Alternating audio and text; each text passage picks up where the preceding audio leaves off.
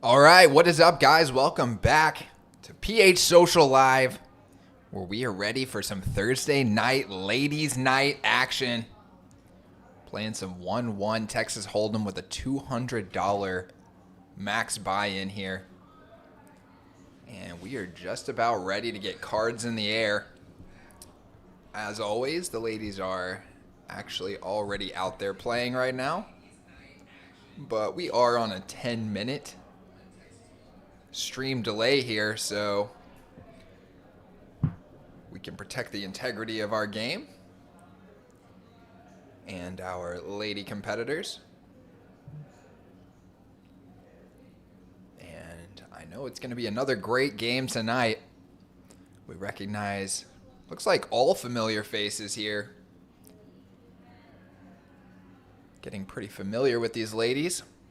And looks like we're going to be starting seven-handed, actually. I know our game's namesake, Mari, is on the way. And I can confirm that she is actually already out there playing right now, but has not quite arrived and taken her seat on the stream. So let's go ahead and go through our ladies right here. So in the one seat, we've got Miss Lauren, the proud owner of Her Story Agency, as well as Poke Her Social, an initiative to bring more ladies into the game of poker.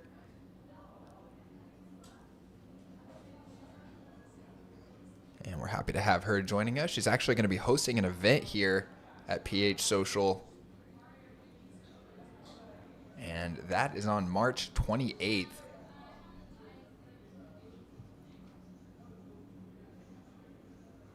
In the two seat here, we've got Miss Carla. She is a returning player as well. And one of our great dealers here at PH Social. Happy to have her in the mix.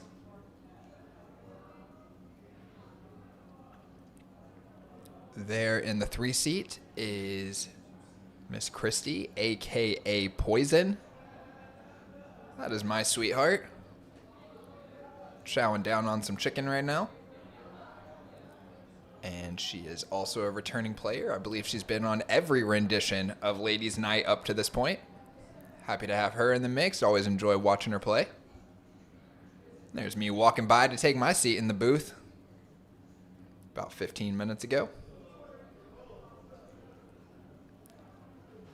And in the four seat, we have Miss Shannon, aka Dallas, as she goes by on the stream. Also one of our regulars here for Ladies Night. And she's a tough player. Gonna have to keep an eye on her, guys. She is someone who likes to mix it up, make some crafty plays. And will probably be one of the leaders in aggression here tonight. There in the five seat is Miss Mary. Or Miss Blowpop, as she has been called on previous streams by our ladies after they get a few drinks in them. Also one of our favorites. And a multi-time returner here on the PH Social live stream. Welcome to those of you that are joining us. Just running through our lineup here. And in the seventh seat, that is Miss Nicole. She is one of our fearless leaders here at PH Social. Helps run operations and floor management here.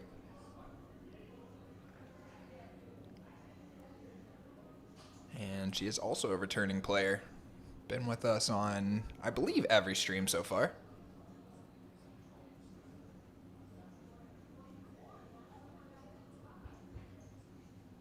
And we've got cards in the air, guys.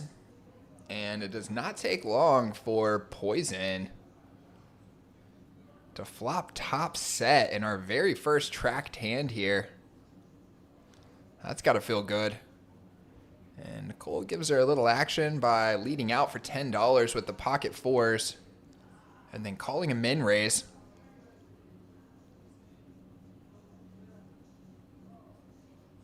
And we're going to take a turn card here. 9 of hearts.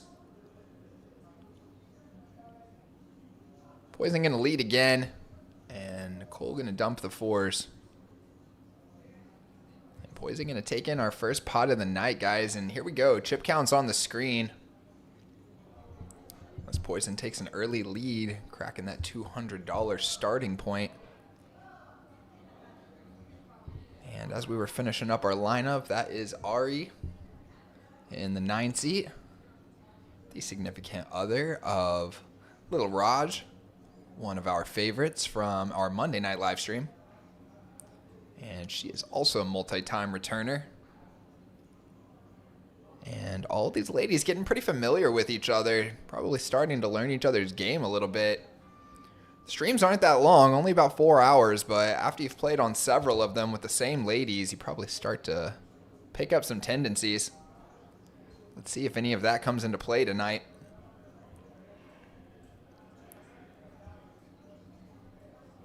And it looks like we had a 7-way limp pot with the straddle on here. Oh, excuse me, it looks like it's actually a double board bomb pot, guys, so we're going to do a little bomb pot to get us started, but it looks like it's a 2-card bomb pot. Something new here. We have been doing the 4-card bomb pots, but it does get a little chaotic on the stream, as there are a lot of cards floating around out there. 2-card bomb pots are a little bit of a different animal, aren't they? There are some casinos that run a lot of $2 bomb pots. Or excuse me, no limit hold'em bomb pots. The $2 bomb pot, I think, is unique to PH Social here, and we do that to protect the games because we run a lot of 1-1 Texas hold'em games here, and when we do the bomb pots, we want to prevent our players from playing small Texas hold'em games all day where they're having fun, and then all of a sudden everyone's all in. So we actually do a $50 maximum loss per player per bomb pot.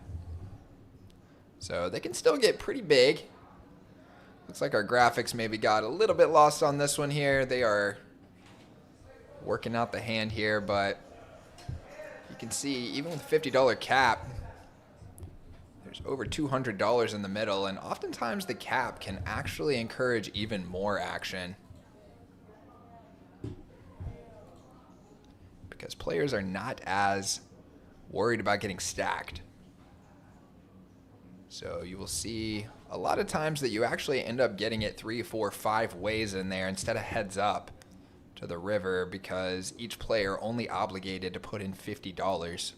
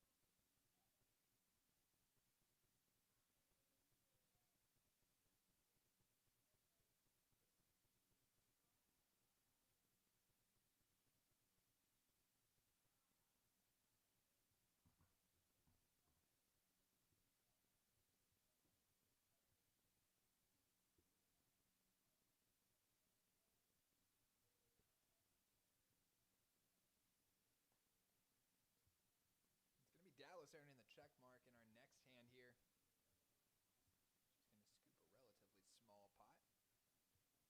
And we're going to get those chip counts popping up again here, guys. Let's take a look. Looks like everyone buying in between $140 and $200.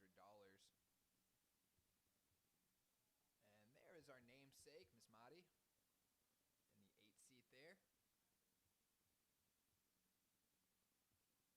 Ready for action. Looks like she's in for 200 as well.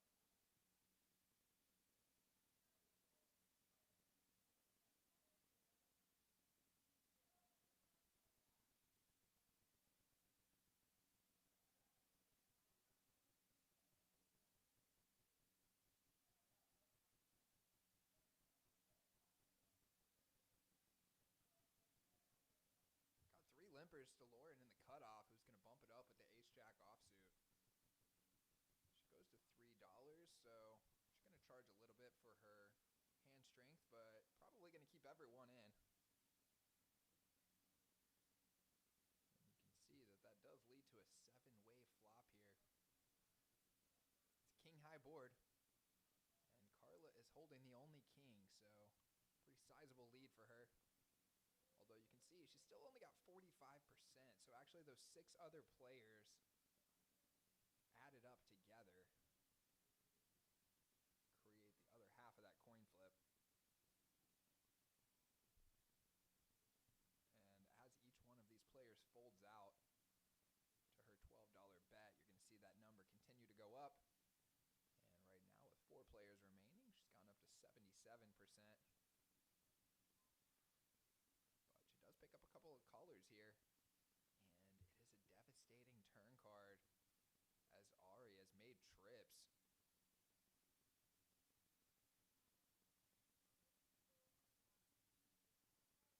And she's going to lead out for 20, and Carla going to make a really nice fold.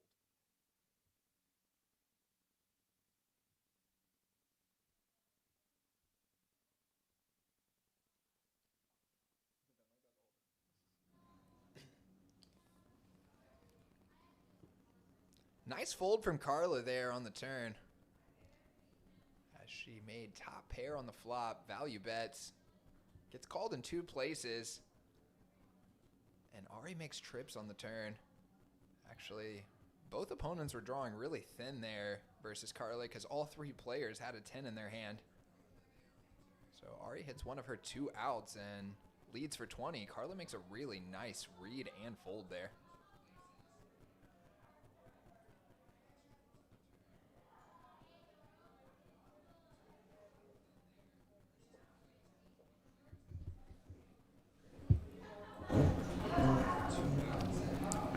Welcome to those of you that are joining us here. Got that viewer count slowly ticking up.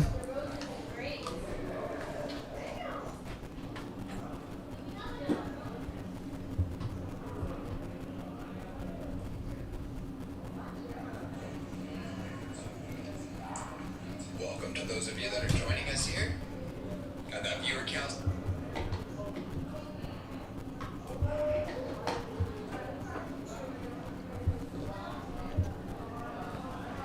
Queen high flop here for Ari. And the board pairing on the turn actually leaves all 3 of her opponents drawing dead and gives her the check mark. Dallas decides to float once and gonna get herself in some trouble here as the board does double pair on the river, giving Ari top full.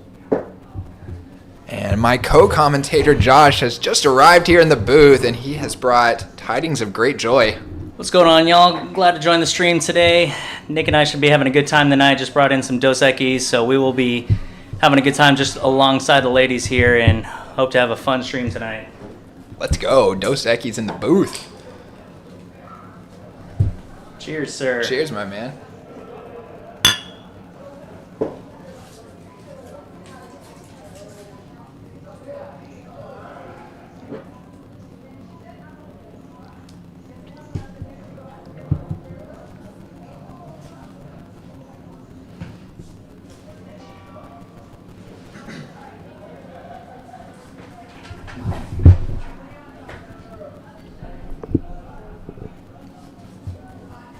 Got Ari coming in here with the ace-queen offsuit, bumping it up from +1.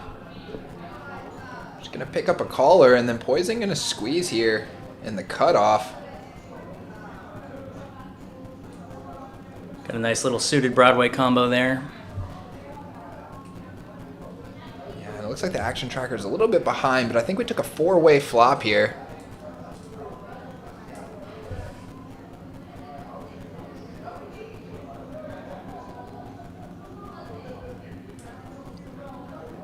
I believe it checked around on the flop. And I'm pretty sure that ace of diamonds actually came on the turn, so I think Poison checked there on the flop, just a little bit of deception and kind of find out if anyone Possibly flopped a set or two pair, and then she sees the ugly ace on the turn, gets led into, and does wisely decide to let it go.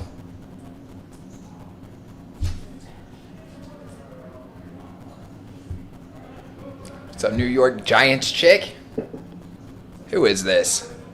Must be somebody we know. Make sure to get nice and close to the mic for you.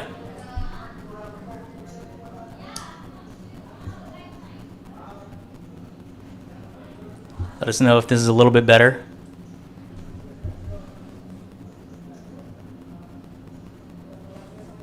Limps around four ways here. And we take a queen high flop.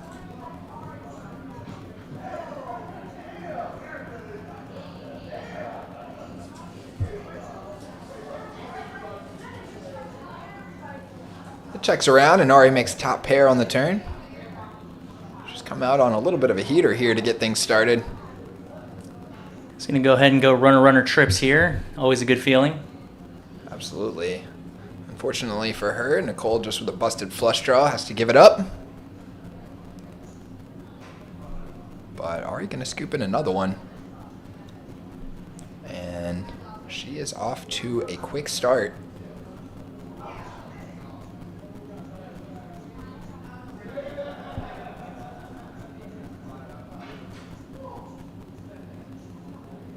I'm not seeing Madi's famous cup here or the rounds of tequila shots coming yet.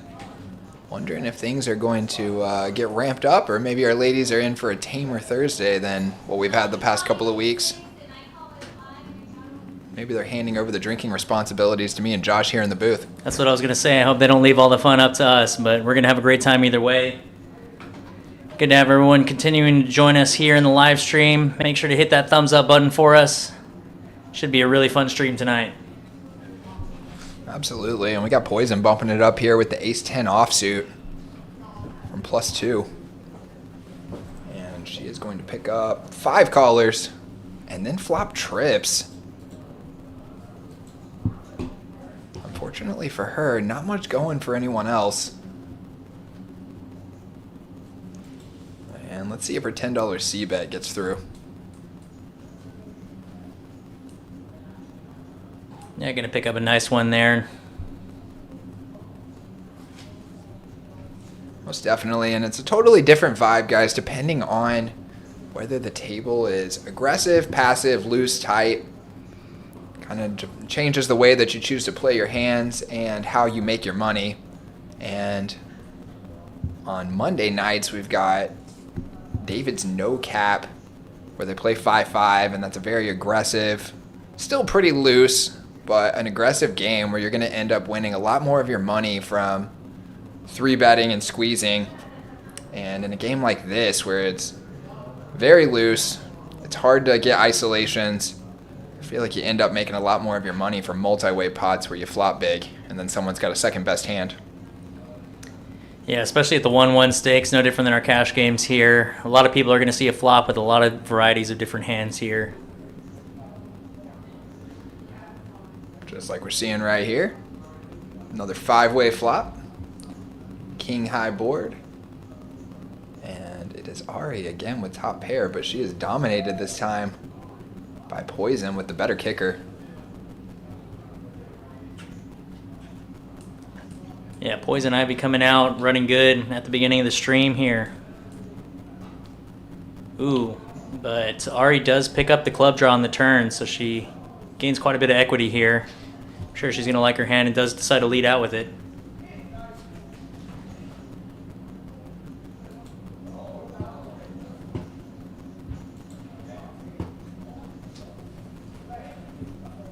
Yeah, and kicker problems there for Ari as she breaks on the river. That was a very interesting turn card, giving her the flush draw and giving Poison a gut shot to go with her top pair. But brick on the river, and Ari comes with a very small sizing. Pretty tricky. I like that play, especially in a lineup like this. It feels like you're less likely to get exploited and have somebody try and come back over the top of you there, so you get to kind of buy yourself a cheaper showdown, and if you get raised, feel pretty confident that you don't have the best hand. Yeah, I do like a lot of different uses for the river block bet there. I mean, if you have the nuts, sometimes you can induce a bluff. But just like you mentioned, it can also get you a cheaper showdown as well. You'll see that occasionally on turns if you have like a flush draw or a middling strength top pair hand and you just want to see a cheap showdown to the river. Instead of checking to the maybe late position flop aggressor, you go ahead and kind of donk block bet to essentially set your price. Yeah, I actually really like how you described a couple of different uses there, because I feel like that's what poker is all about. That you might use the exact same play with the exact same hand in the exact same situation for two totally different reasons depending on who your opponent is, you know. And let's say you have like a middle strength hand like a king right there, Ferrari. You might lead really small as a blocker bet just for value to get called and then plan to fold if someone raises, or you might even use it as a way to induce a bluff raise if you think your opponent has some kind of missed draw or something and that they would have played differently if they had a stronger hand than you. And you could induce more action with the same hand in the same situation.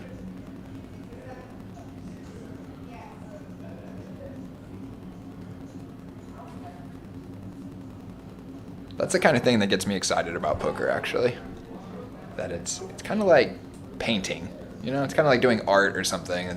Yeah, I mean, there's lots of different ways to play different hands and different styles, and it's never going to be the same because just like you mentioned as well, it depends on your opponent and whether you think they're capable of a bluff or, again, if you can extract even just extra thin value.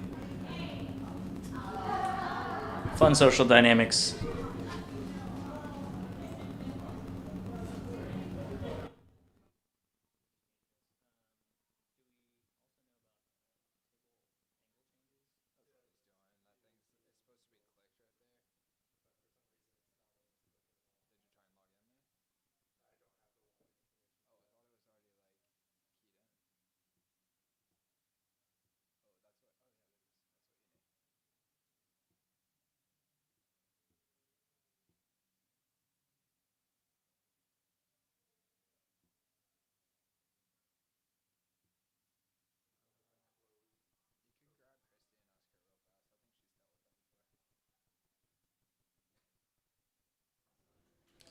Get this next hand underway, and while we're going through this one, we're looking to get our camera angles back and going in accordance to the action here.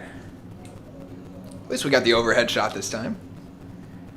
Never mind getting stuck on this one because you can kind of still see everyone and see all the action. Got a lot of players with broadways, and Ari with pocket sevens, she's got second pair here, and when the top card pairs on the turn, you might feel a little bit better about your second pair holding here.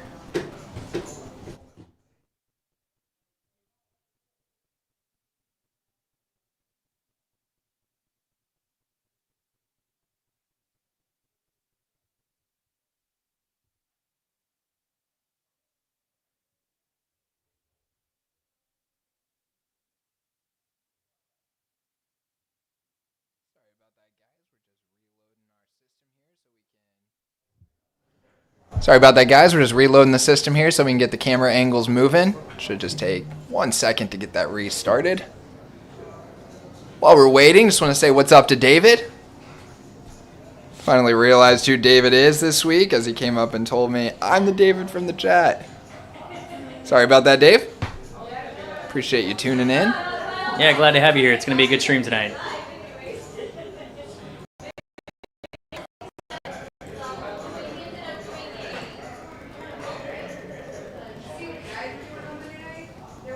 All right, looks like our camera angles should be just about good to go here.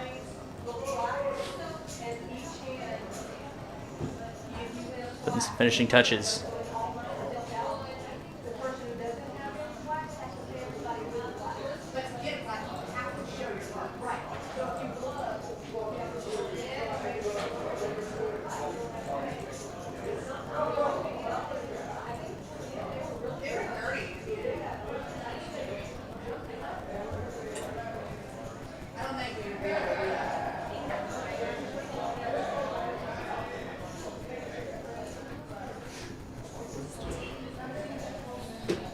All right, once the stream delay catches up, we'll have it all ready to go for you.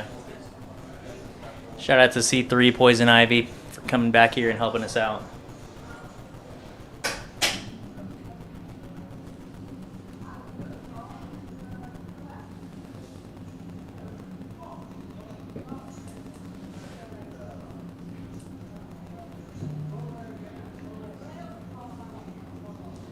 Seen a lot of Broadway combo hands early on tonight. 2 players with ace jack. Ari, the jack 9 dominated right now. We'll see if she decides to come along. And Dallas with a nice suited connector there. Yeah, and Carla and Lauren playing the same hand here.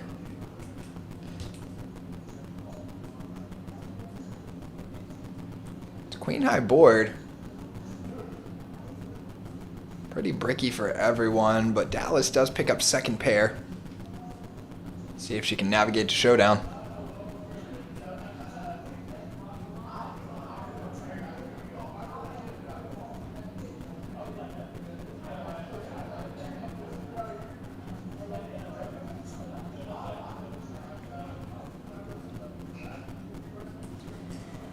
Now with 2 pair here as Miss Mary picks up an open ender.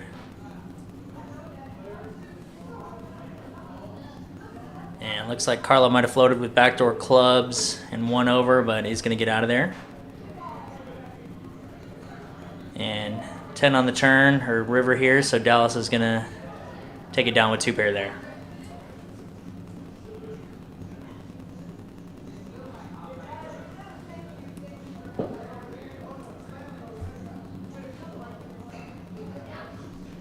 And you can take a look at our chip counts there.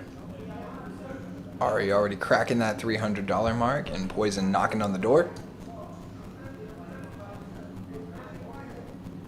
We're going to be expecting any fun sponsored splash pot items tonight? I'm not sure about that. I haven't heard anyone say anything, but I mean, it's kind of the norm, so I'm hoping so. But the ladies do seem a little bit more tame tonight.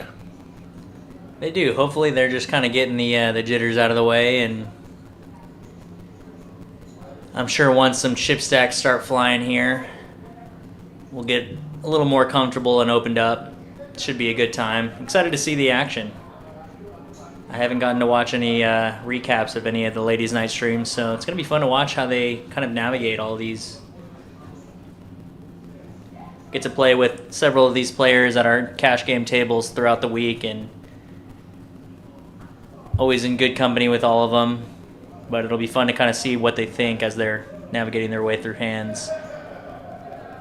But Mari Chu with top here.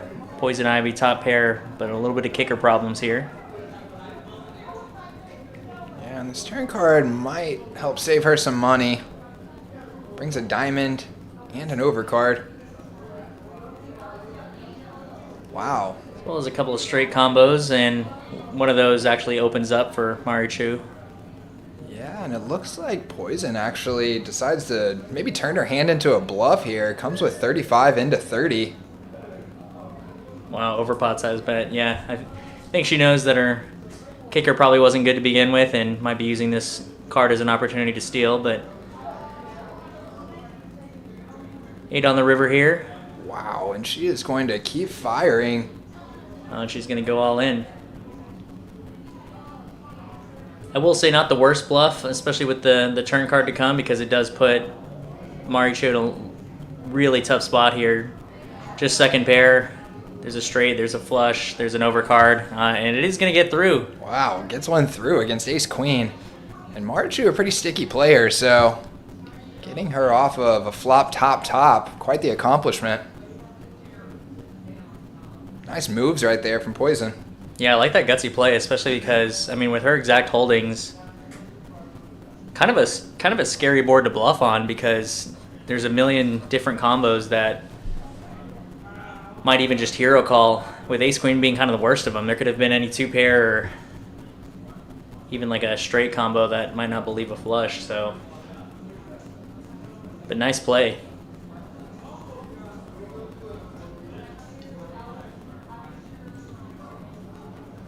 Would have been interesting to see if the king was like an offsuit king of clubs or something. Definitely.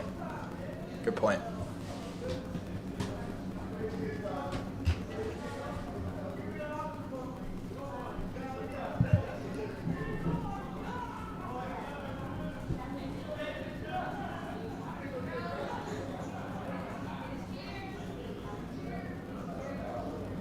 Ooh, but a little redemption right away from Marichu here with the King Jack suited. Very pretty looking Broadway premium right there, and when you flop trips, got to be loving life there.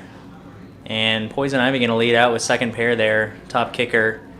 Not the worst board for kind of a second pair there, assuming no opponent has a king, but fortunately she's going to run into the same opponent she just bluffed in the last one, and going to kind of come into a brick wall here, as it looks like Marichu is going to raise right away with there being a flush draw out there. Yeah, I think Miss Mary actually went ahead and raised with the 9s. Oh, wow, yeah, I missed that. So, yeah, she's got second pair there, knows that she's ahead of any 7, which she is, but is going to get a quick smooth call from the trip kings there. Diamond on the turn might slow down the action here, but looks like Miss Mary was short stacked and is going to go all in for about 25, and Marichu is going to snap call. 4 diamond run out, but king's still going to be good here.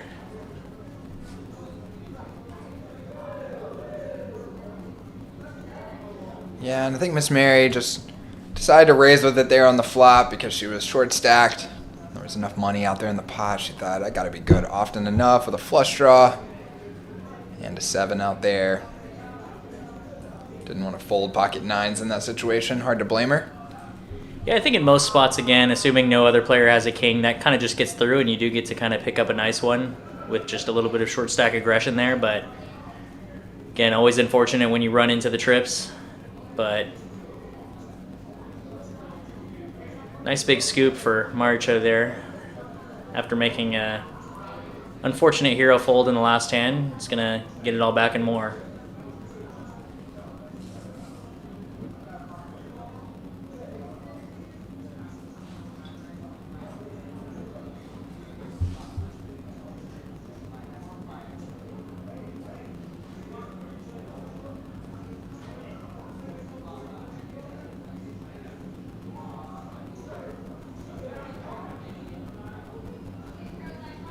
I want to hear from you guys in the chat where you guys are joining us from.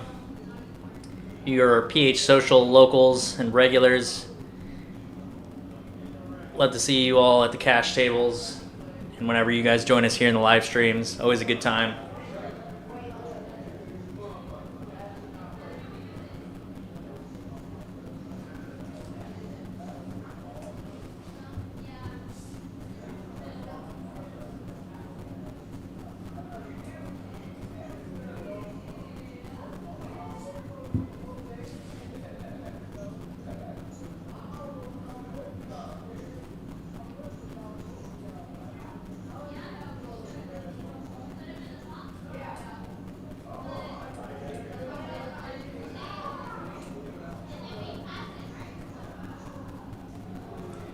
It's like a little graphics lag here.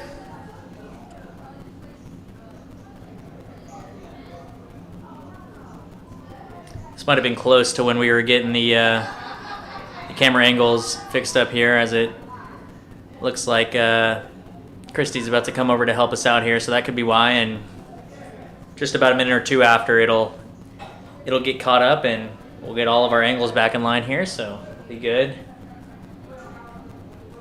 And then little spoiler, I saw some sort of items going around here in a little bit. Not sure what they're going to be for, so we might see some of these fun side games going on sometime soon. Okay, and it looks like Christy just fixed the technicals 10 minutes ago, and our table audio is coming in here. Let's see if it straightens itself out.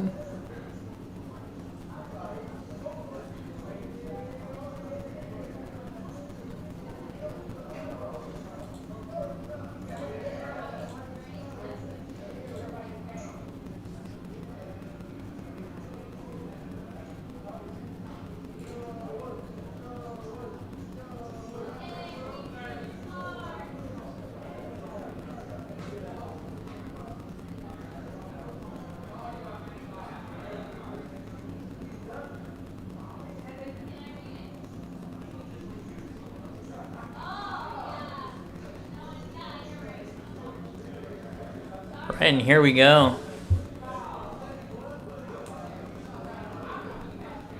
Back to normal. Dallas raising it up with ace-10. And it's going to take it down.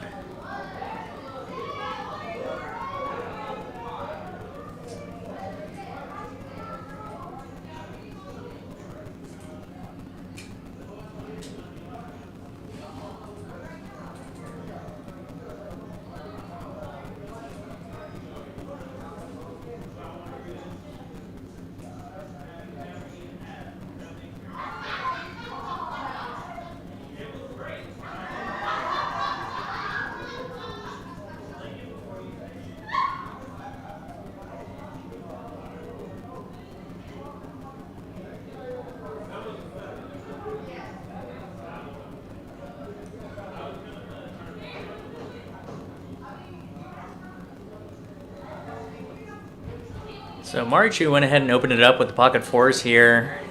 Gets 2 callers, and Carla does flop top pair with a weak kicker. Lauren with second pair there. And it is going to go check on the turn, and pair of 10s is going to be best here.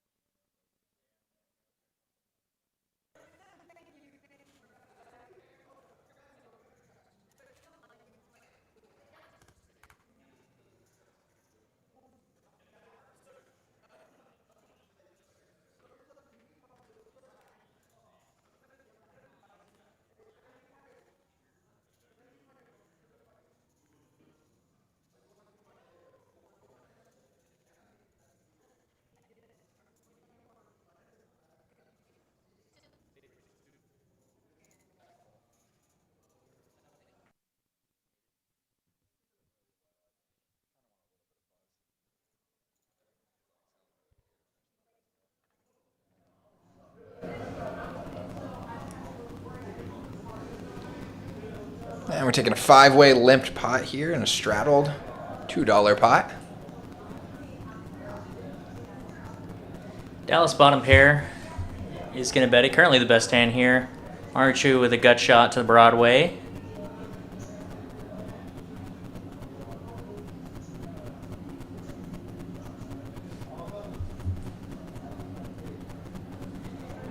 And we do have the 5 of spades on the turn. Dallas still going to be best here and has the 10 of spades to go along with it.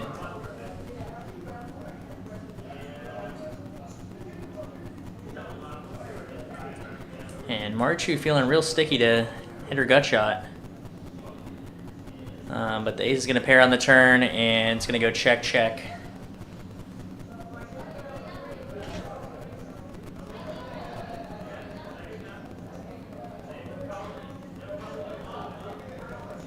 Would have been spicy if Dallas hit 2 pair there.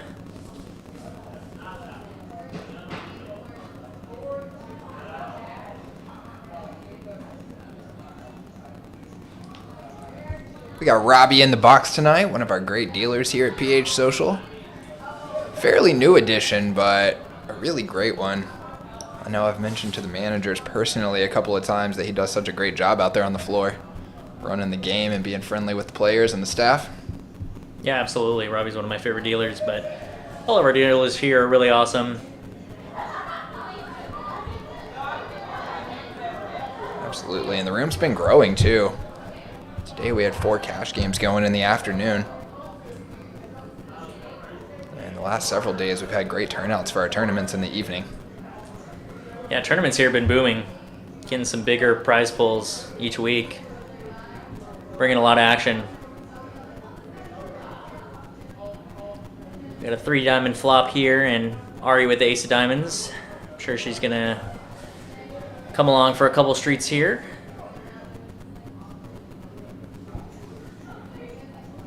And Dallas kind of leading into this board with no pair, no draw, but does go check, and both players are actually going to split it, assuming Dallas doesn't steal it here. Ari only with ace high.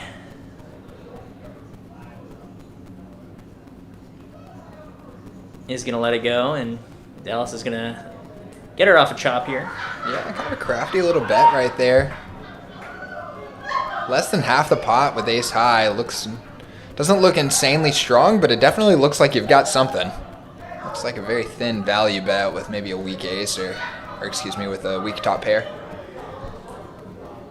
Yeah, it's one of those spots where I think 99% of the time you get to showdown with, or a river bet, I should say, with just ace high. I don't think I've ever called with just ace high in my life unless someone just did a really goofy big blind bet or something. I've called with a few ace highs, but usually it's not when the person bets smaller like that. It's normally when it's a polarizing bet. Yeah, I mean, I've made maybe 1 or 2 ace high calls before where in relation to the pot, it was might might have been like a 10% size bet. It's like a $200 pot, and they bet $20 on the river. I can call just to see, especially if kind of given the action and the dynamic of the board, if ace high might be good most of the time.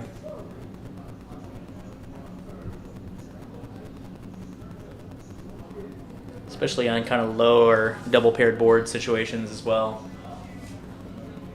And it looks like Maudie's finally got the cup into the mix here.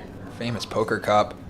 You can see those poker suits littered around the outside of it. Very full right now. Let's keep an eye on that.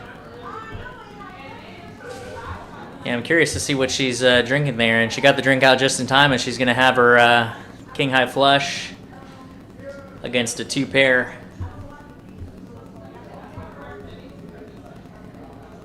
And looks like we have our cumulative winning stats up here. Ari and Poison Ivy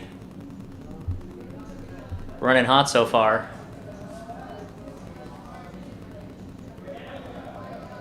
And there's Miss Mary eating blow pop. Akin to the nickname they gave her on our first episode of Ladies Night, Mary Blow Pop. Quite the name. Hoping the context is just that she does enjoy a good blow pop. Sure she got that from Scott's bag of goodies that he has out there. I think I saw him earlier today. Definitely a under the radar perk of playing at PH Social is getting to dip into Scott's goodie bag.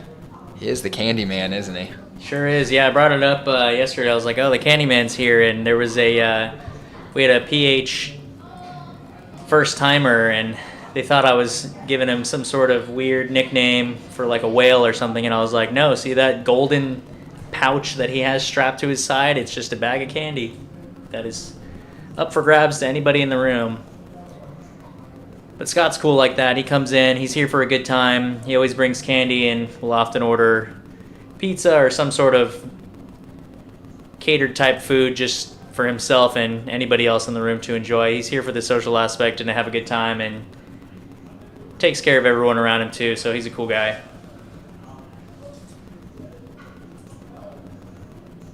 I think I've probably eaten about 20 packs of Pez out of his goodie bag. Oh wow, I didn't even know he had Pez in there. Yeah. He does have a very niche selection of candy in there. I haven't seen one in there that I've been super excited about yet. If he throws some Twixes in there, even the little mini size, I'd be down for that. But I'm also not much of a big candy guy. Lauren seeing a beautiful turn card here. Betting out $20 with the turn straight. Little equity still floating around, but it bricks off. And she got called for 20 on the turn, leads for 30 on the river here. And Dallas does make the crying call with the flop top pair there. And let's see what Ari wants to do, but does make a good laydown after 2 overs come out. And Lauren's going to win a good one here, $100, $105. Big pot right there.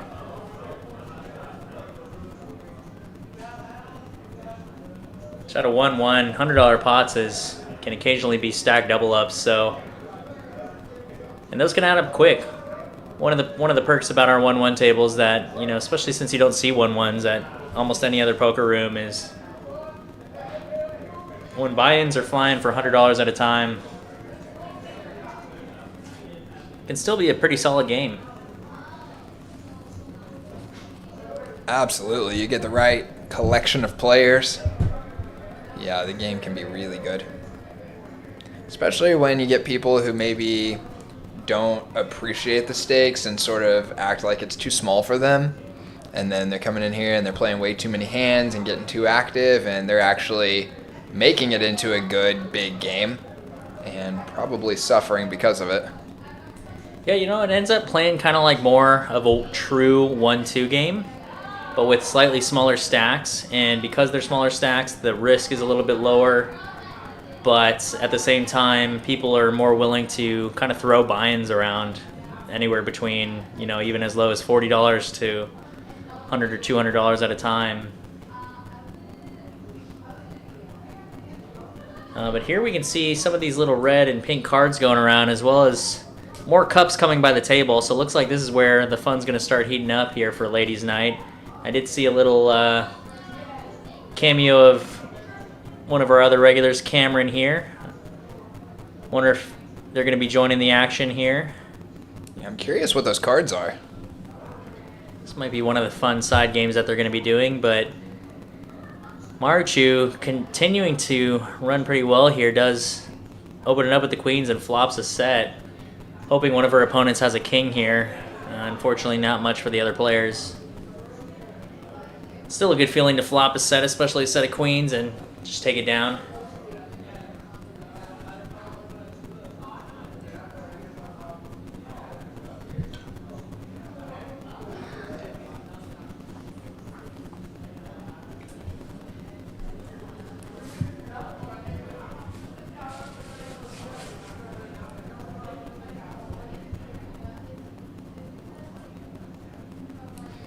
Me and Josh almost done with beer number 1 in here.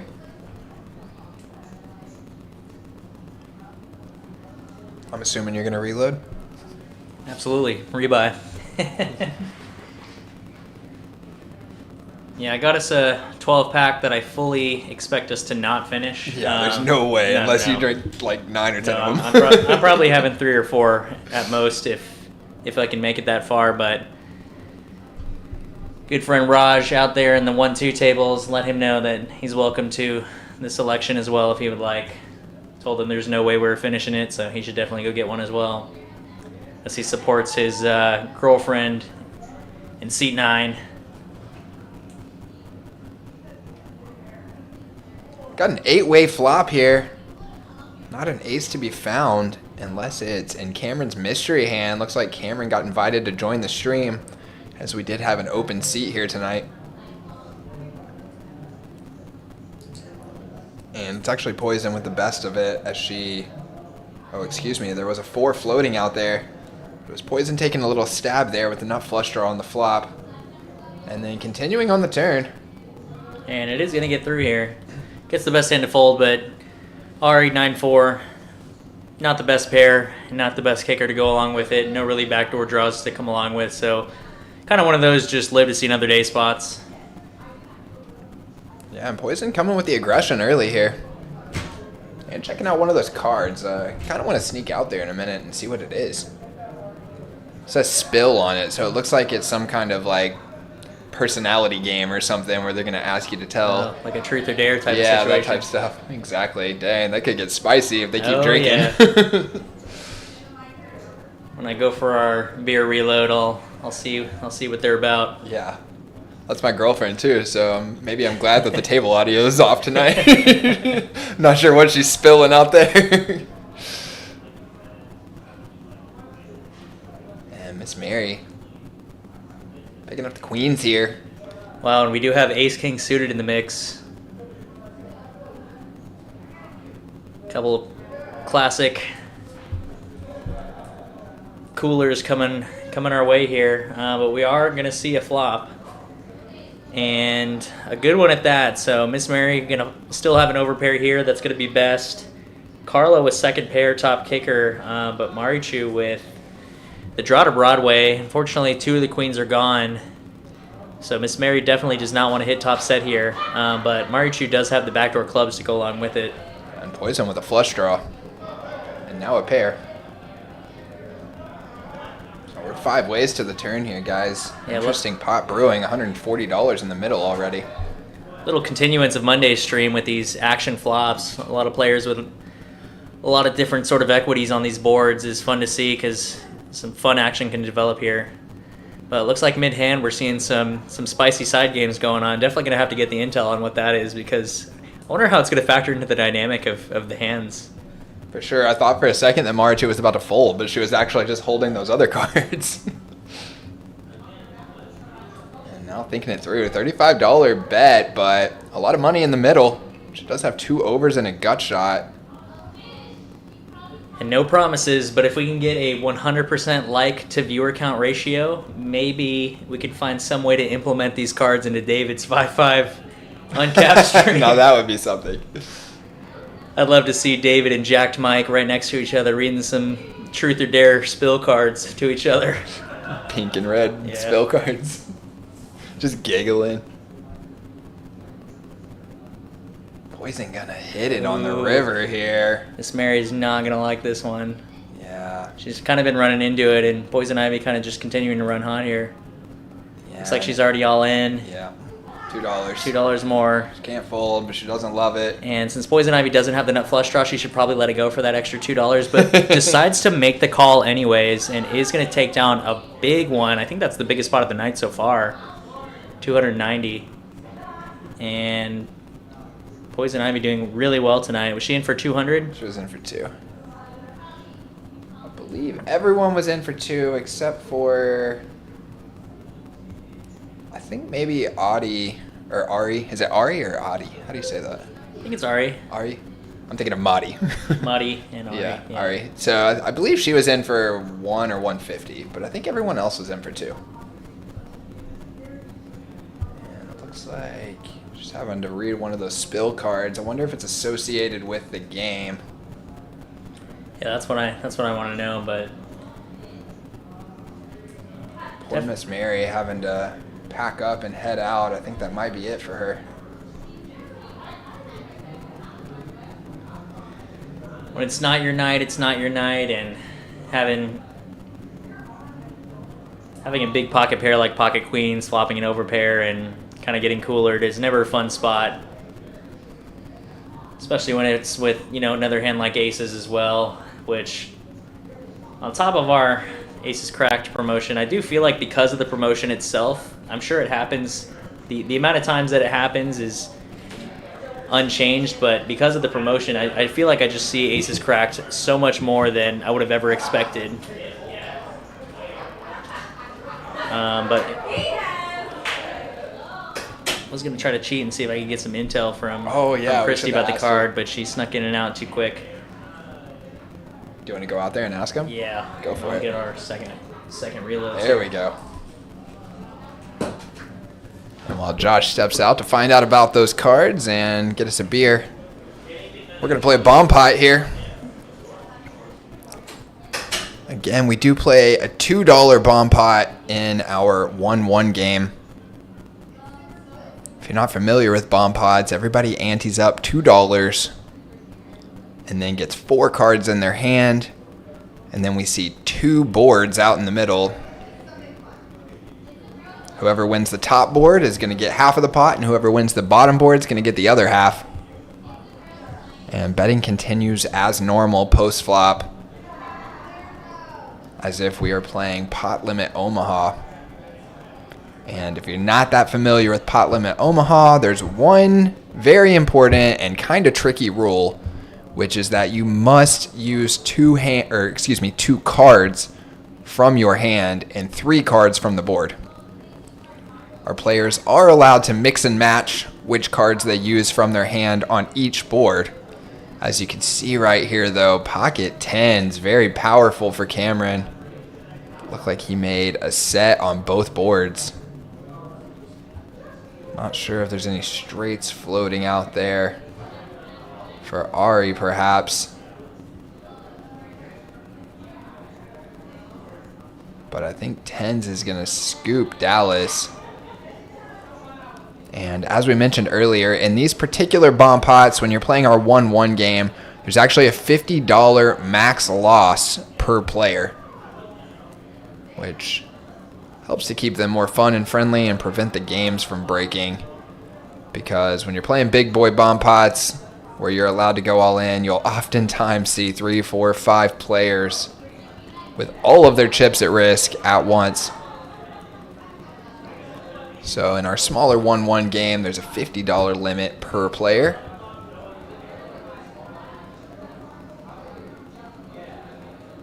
And I have seen where people are just learning the game and that 2 card rule can get a little bit tricky for them because you are obligated to play 2 cards out of your hand. And a really common one is you'll see people end up all in on a board that has 4 clubs, 4 spades, whatever, and they only have the ace of clubs in their hand, and they think they've got a flush.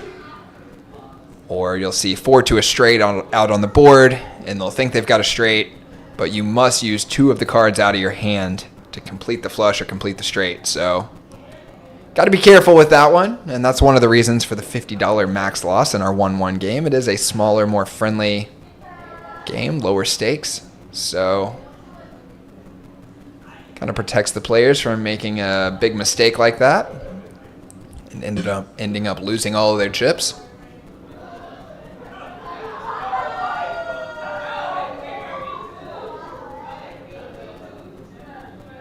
Ready to get this chat going tonight, guys. We appreciate New York Giants chick for being in the chat. You never told us who you are. She says nobody drinking. She might have won something tonight. That means it's somebody we know here. Who are you? And shout out to David for tuning in, but there's several others of you out there lurking, and we are waiting to get this thing going. Fire up the chat for us, boys. And while you're at it, hit the like button. So far, there are 3 likes on this video, and I want to see all of them. If you're in the chat, you need to hit that like button. It takes 2 seconds. It's the best way to pay for the stream. It costs you absolutely nothing and helps us out a lot, so we definitely appreciate that. Alrighty, so I am back with some intel on the spill cards. So it is just a fun side game. I think they're just going to bring them up every now and again, every few minutes. So they're kind of just some table topic type things, but I do have a card here for an example. So it is spicy. And it says, have you ever taken a nude somewhere other than your place? And if yes, where? So kind of in the spirit of ladies' night, almost like if they're having a ladies' night at someone's house, you know, movies, pizza, anything like that, and then some fun, spicy little games like Spill. I did ask if it will have any correlation to the poker itself, and they said no, so it'll just be a side game going on in the meantime. I bet we'll see some giggles, though. Absolutely. Was this a card that's already been passed around, or you just grabbed one out of the pile? Christy just handed it to me as an example, so... Oh, so this is probably the one that she was laughing about earlier. Probably. I'm actually not sure the answer to this question. Yeah, so Nick, I would like to ask you, have you ever taken a nude somewhere other than your place? And if yes, where? Maybe in a hotel room. Okay, that's fair. Yeah. I was like, why was it my house and how did you get in there? Your dad invited me over. That actually checks out way more than it should.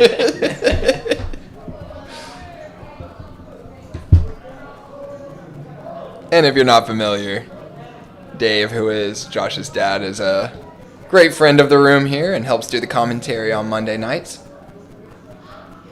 He can definitely take a joke. Yeah, absolutely. Goes by Baylor Dave. So yeah. Any of y'all didn't know, he is my dad.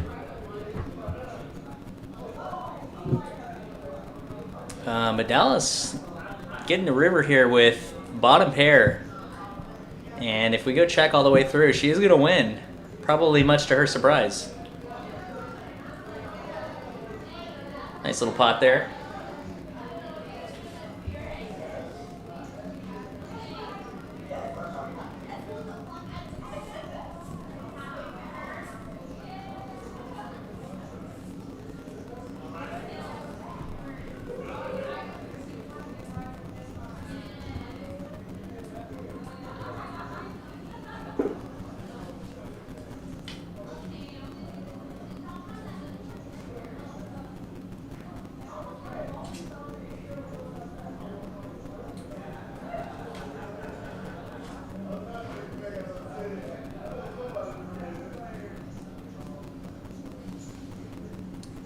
Nicole here with the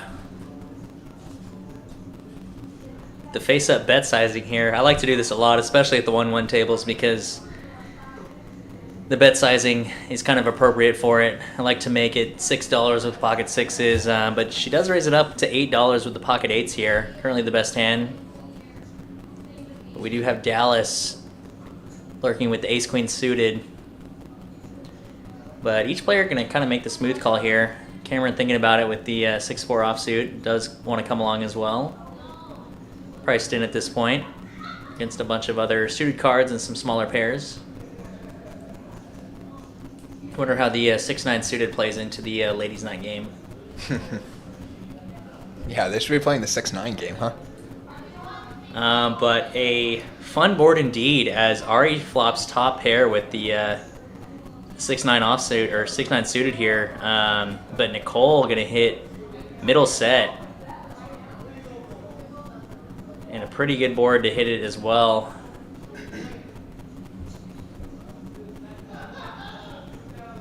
But Dallas gonna go ahead and take the betting lead with 2 overs and a backdoor heart draw. Cameron makes the call, and looks like Nicole is going to go for the raise right away here, protecting against any open-ended straight draws if they're available, and clubs as well.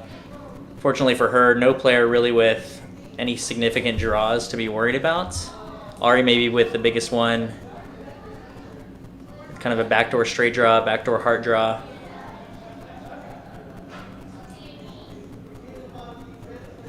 But we are going to get 3 callers from that, so Nicole building up a juicy pot here with the best of it. And you get kind of one of the best turn cards you could ask for. One of those that hopefully improves any sort of opponent's hand while still kind of keeping your hand nutted. But she is just going to go ahead and rip it with the best of it. Kind of a pot-sized bet at that point, and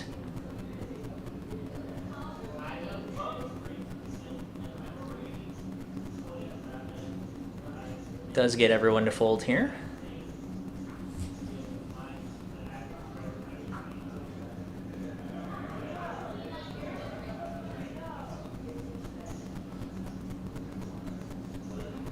This will be fun to see Nicole's thought process in some of these hands. I get to play with her a good bit at the 1-1 tables usually, and but now we get to see the inside scoop. Yeah, you know what they ought to do is every time someone wins a pot, they have to answer a card. Ooh, I would like that. So it's kind of a victory and a punishment at the same time. Yeah, you have to draw one at random, and you have to answer it. There's no yes or no's. And then it'd be really cool if they could send us the cards in here. Oh yeah, they write it down on a little. They answer it, write down like a short summary of their answer on a sticky note, and then send us back the card in a sticky note. So that way we could give you guys the inside scoop. Little cameo of me in the PH hoodie there, trying to get intel on that game. Oh, there's the card.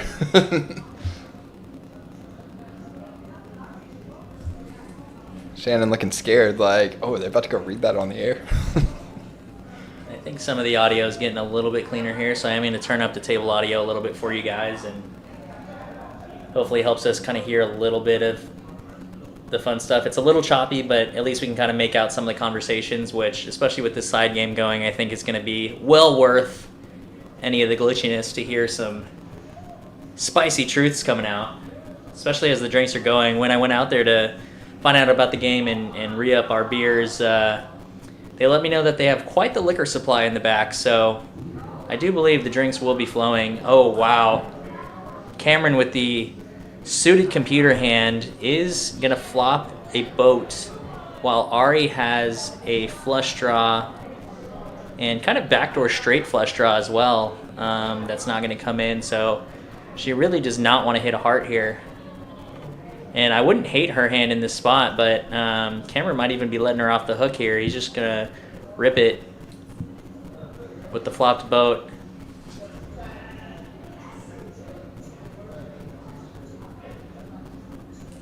But she does lay down and asked to see a river card that would have been irrelevant.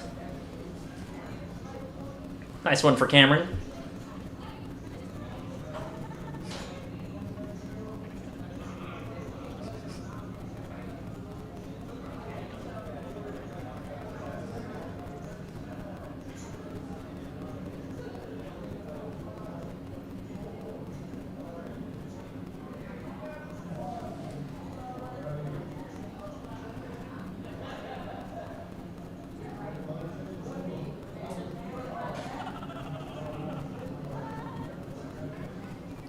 Looks like someone just answered a card. Got some good facial reactions there. I'm glad to see the colorful drinks in cups going around here, so If there was any doubt on whether this was going to be a more tame live stream tonight, I think we're just heating up here. This Cameron's going to raise it up with the suited ace-6 here.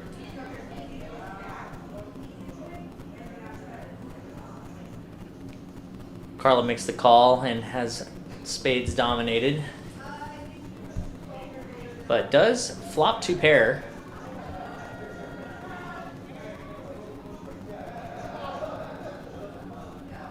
It's one of the funny side benefits that I like about the flush rush promotion we have is, especially at the 1-2 tables, oh wow, and she's going to fill up on the turn.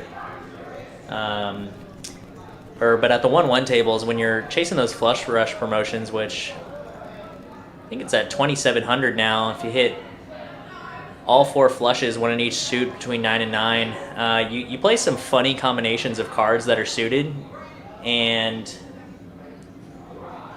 occasionally you get flops like this where you flop top 2 pair, flop a boat, and can occasionally be very disguised because of the exact combination of cards. But yeah, Carla from 0 to hero pre-flop. Now with the best of it, it's going for value. Unfortunately, no player really with anything else, as she did kind of have that whole board locked up. But she's going to win a good one.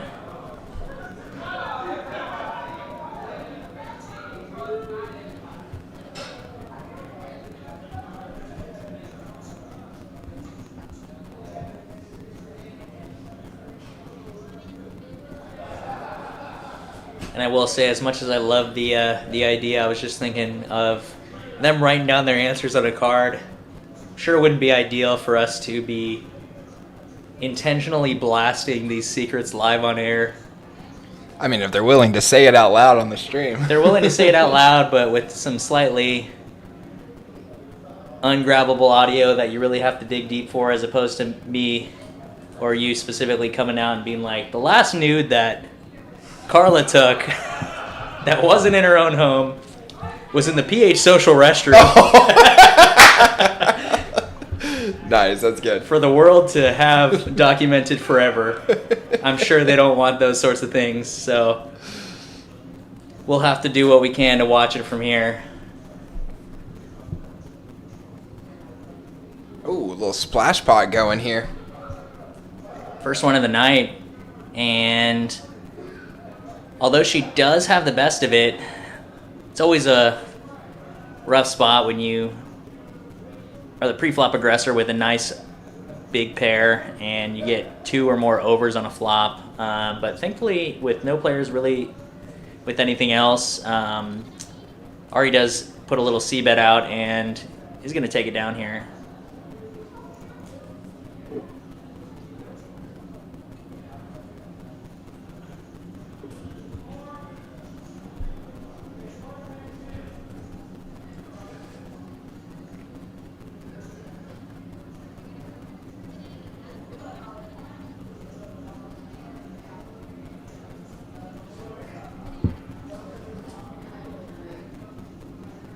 Oh, and here are the splash pot items.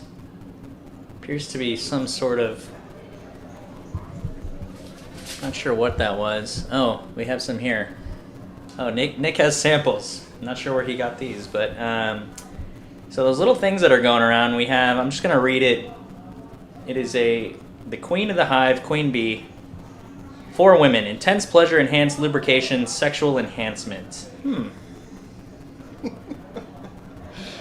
There are supplement facts on the back.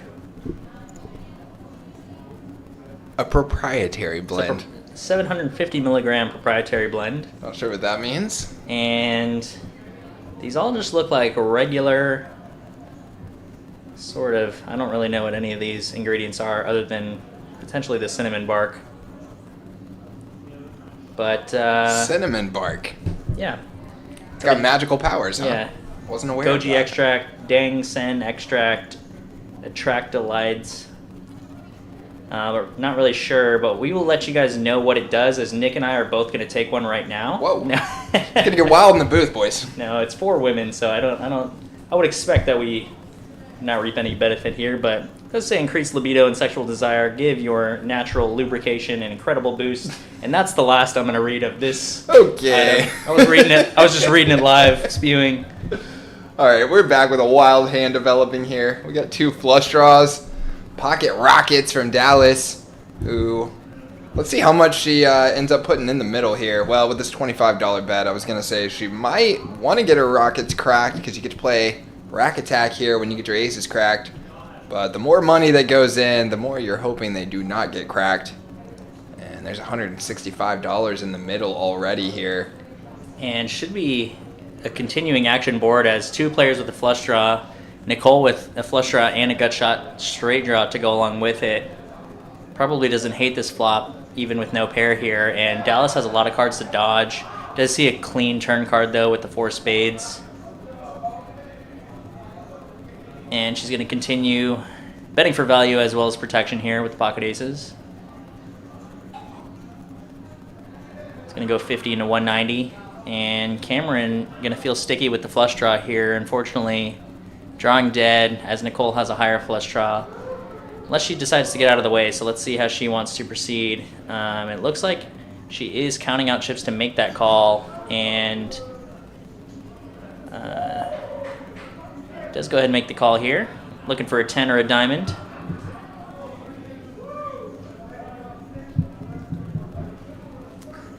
And now brewing the current biggest pot of the night. Oh, and Wow. Nicole hits the offsuit gutter. Dallas is not going to be happy. She's going to be playing Rack Attack.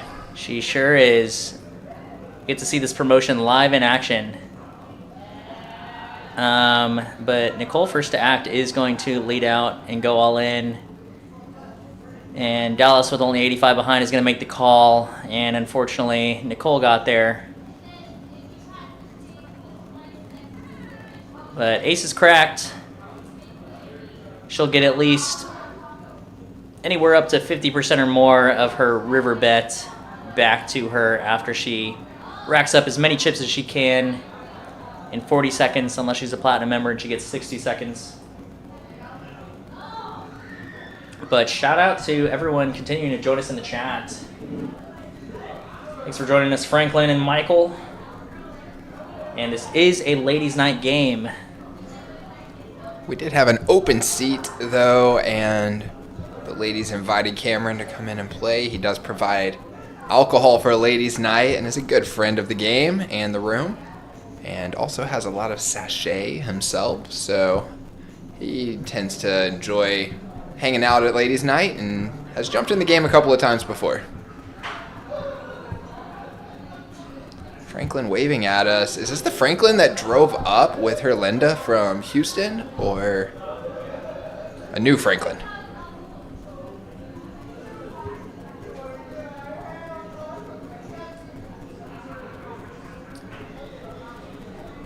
Yeah, Nicole now chip leader after she won the biggest pot of the night so far. $600 in her stack, and Barry Deck's hand is going to wake up with ace king. Might be the start of a little heater.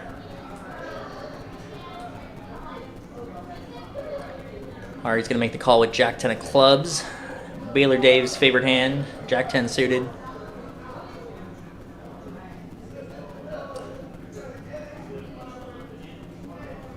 And a little bit of a dynamic board here as well. Several players with a pair here. Marichu, top pair, and significant kicker problems. Nicole with the best of it, top. And Ari with second pair. Multiple backdoor straight draws. Cameron with bottom pair is actually going to be leading out here. As all players make the call. 4 ways to a turn.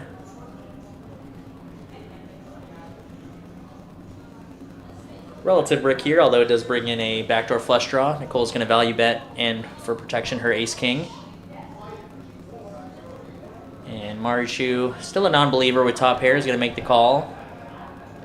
As well as Ari with second pair, looking for 2 pair outs, or trip outs, I imagine.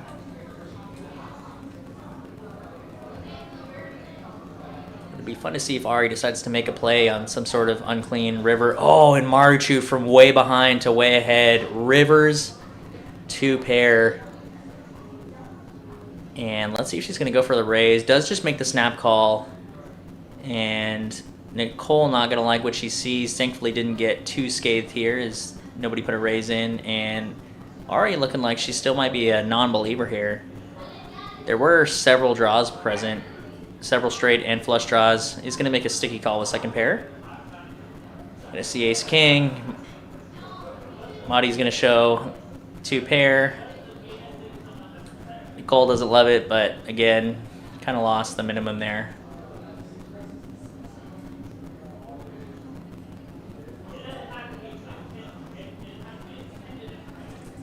Nicole and Poison Ivy neck and neck on our chip count leaderboard here. Both boasting over $500 stacks, so if things align perfectly, we could see our first 4-figure pot ever on Ladies Night. You're thinking what I was thinking. I want to see a $1,000 pot. Carnage. But we have Franklin tuning in from good old H-Town. That's right. Appreciate you guys making the drive up to join us a couple of times now. Hope to see you again. And also very much appreciate you tuning in for the stream when you're not even here. Could be doing anything with your time and you're here with us, and we appreciate that. Got a nice steady viewer count tonight.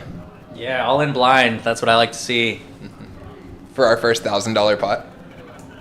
Maybe not the $1,000 pot, but I will say, fun thing about this table and the characters that we have here, and why Cameron would be a good addition. If there were a player to go all in blind, it would be Cameron, and I say that with only love. Cameron is such a fun player to play with at our cash tables, and is always here to have a good time, but sometimes it can work out when, you never really give a player like that credit, and when they show up with the best of it. I've seen him go 4 ways all in and basically have aces or kings against a bunch of non-believers and chip up huge.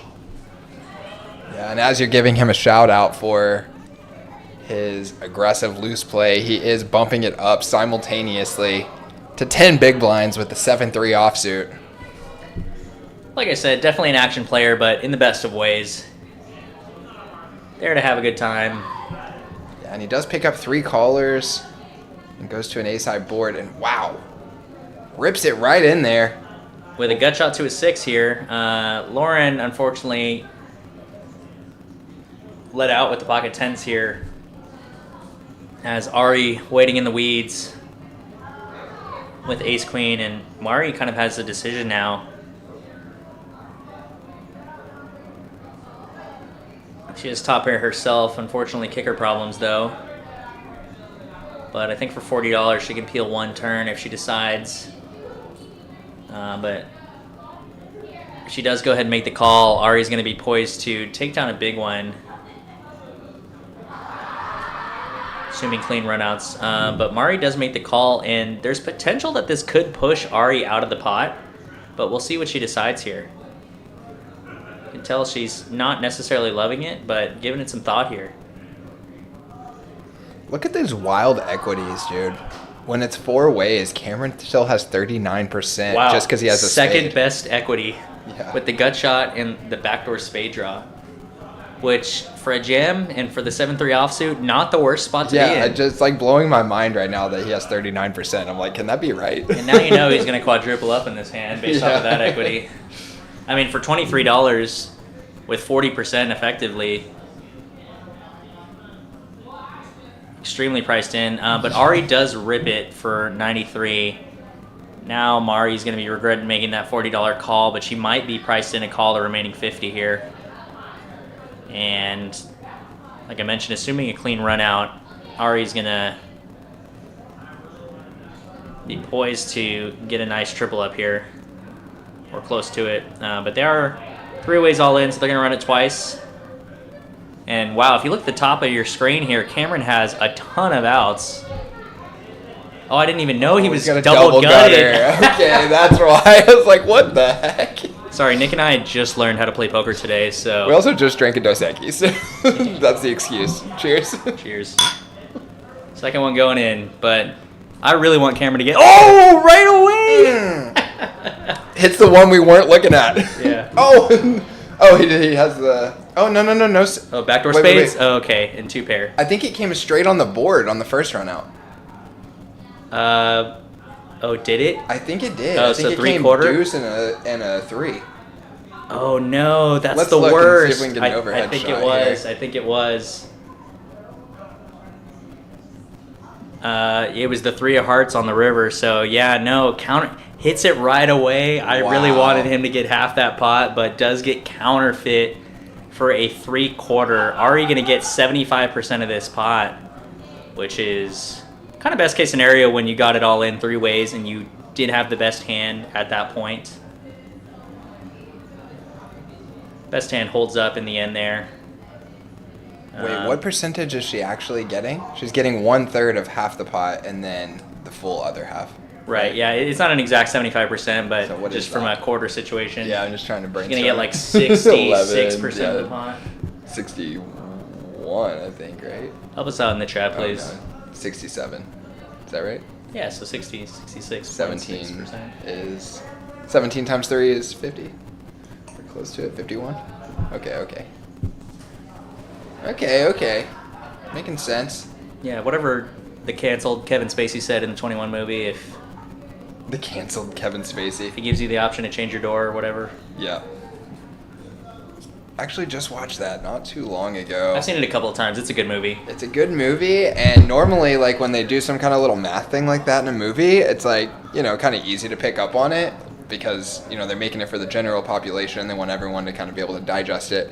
But I had to think back through that one several times, that little math problem that they do in that scene. Do you in the remember it? classroom. Yeah, I mean, I just know it's. I've seen the movie maybe 2 or 3 times. Those types of movies that are, what are they called, like biopics, where it's just a recreation of something that was relatively, like historically accurate, but with some slight adjustments. But Sure. Based on a true story. yeah. But no, so it was like the 3-door problem, and behind 1 door is a new car, behind 2 doors goats. You get to pick a door. So let's say you pick door number 1. And then if the TV host comes and says, all right, now I'm going to show you that door number 2 has a goat. Would you like to stick with door number 1 or switch to door number 3? And according to the movie, again, I just trust what they say. I guess the math works out in your favor that after they show you one that's incorrect and you get a new option to change. Apparently, mathematically, you should take the change.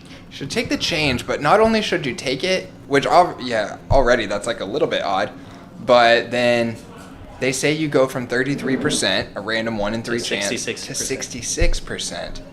And I'm trying to think that one through. I'm sure I could have ChatGPT explain it to me, Yeah. and then I would understand it. I actually did try to do that and still when you watched couldn't it get recently? I feel like an idiot. Yeah, I watched it recently and was like, what Nick's the over heck? here looking like, I mean, it feels like it would be 50% trying to think of his character's name, but in the movie. Zach Galifianakis in The Hangover. That's you trying to math it out when he's playing blackjack. Yeah, exactly. The famous meme. Yeah, I'm like, why wouldn't it be 50%? Because they're essentially removing one, and then you get to choose one. Yeah, it goes from and two at 33% to random. 50%, which would make sense. That makes sense to me. But I think it's because you had 33% and then you get 50%. I guess you're splitting the difference, and it somehow gets around 66%. But It's so odd too, because it feels like it should be kind of simple to digest it. right, yeah. Just gonna It's go ahead over and my trust head. it. If they can make hundreds of thousands of dollars cheating, or not cheating, but winning at blackjack. Yeah. Then I'll trust their math on that. But no, thanks again, Franklin, and thanks for continuing to chat with us here. But glad y'all had a great time here, and you're exactly right. Everybody here is so welcoming. That's what I love about this club. And one of the things I like the most, honestly, that I feel like is kind of underrated or maybe even underappreciated is the whole your club, your game, your club concept. I mean, they truly embody that to where at any of the cash tables at any time, if you want to switch up the game in some way, throw in a bomb pot button, throw in a PLO button, throw in a dealer's choice button, or incorporate any sort of additions to the game in that way, you can, as long as the whole table agrees. If someone brings it up because they want to have a rotating bomb pop button, or again, PLO, dealer's choice, whatever it may be, and if the whole table's like, yeah, let's spice it up a little bit, you can go ahead and do that. And that's one thing that I think no other card rooms really have. You just have designated tables, and even those are rare.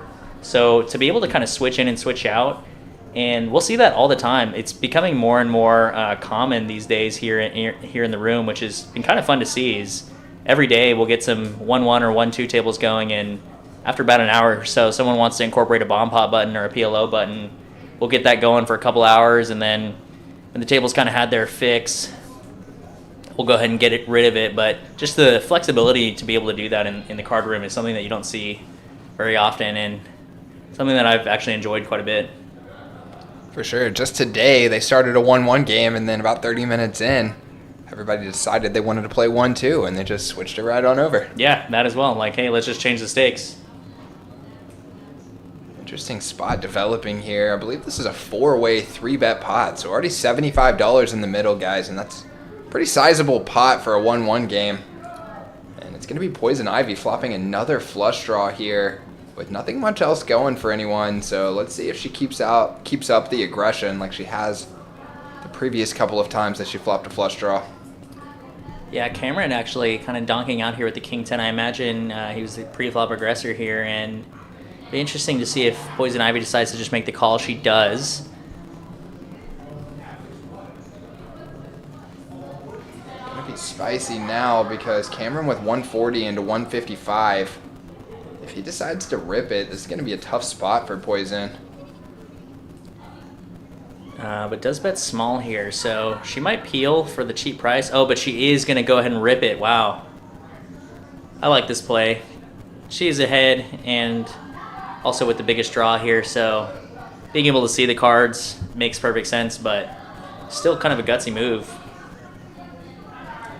And I realized that I think our camera angles got stuck for just a little bit here. I pressed a button to make an adjustment here, so hopefully once the stream lag catches up, we'll get the angles moving again.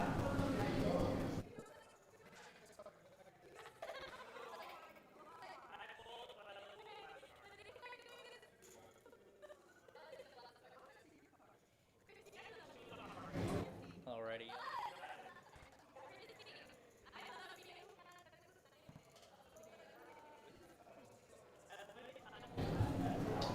Alrighty, y'all. Thanks for your patience. Sorry about that. We didn't realize that the camera had been stuck in one spot for so long. We just got the settings fixed, so once the stream delay catches up. Yeah, we're having fun. Yeah, we're having a good time. We hope you guys are enjoying it. Glad to have kind of two of us bantering here for the Ladies Night live stream. Keep it interesting. It's always the most fun live stream, and I'm glad that we can kind of indulge in the fun as well alongside them, and this is a fun one, especially versus kind of David's 5-5 game, which is a lot of fun for poker analysis as well, but with a much more intense game, trying to break down each player's decision making, kind of never really know as well. So, but plenty of action here, some big bluffs going on. These ladies not afraid to play. And there's a quick update on Madi's Cup. Looks like we're down to about 50%.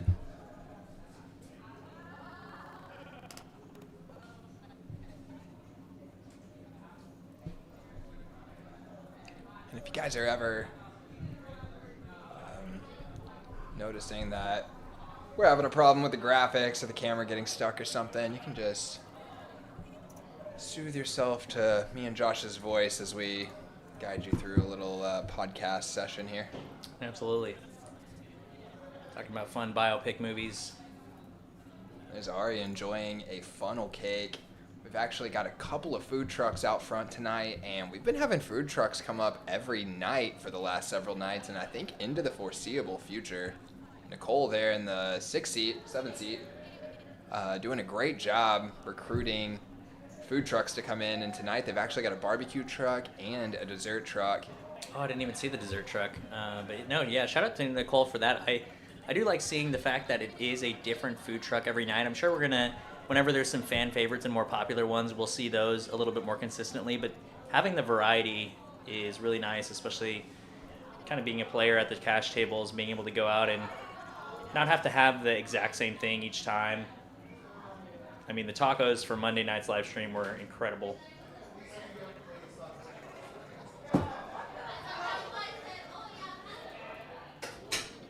And we did receive a care package here that I don't necessarily want to disclose. I'm sure it might come up later on the stream, but this is going to be one of the splash pod items. But Poison Ivy. I'm thinking she might have already won this. Oh. Maybe I'm wrong, but we'll see here in a little while. I didn't know if it was meant to be for later, but just goes I think to it show. is for later. Okay. But Just goes to show the splash pots are in effect. We just got a box of lubricant jelly dropped off in here. Guess I better ask her before I open it, just in case they're still giving it away. I've never had toast with lubricant jelly, so I'm not sure what it's like, but I don't think that's what it's for. Well, we can send it home with you. You can give it a No, try if you want. I'm okay. I think you guys won that one.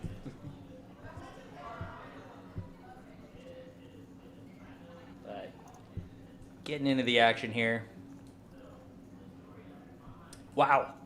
Poison Ivy Sun Run continues. Wow. Flops the nuts, or the effective nuts essentially here. With And the she's got a 10. flop straight on a rainbow board. Got a couple of mystery hands out there as well. Loving to see it though. I heard she didn't do that well on last Thursday's game, so significant redemption coming in tonight.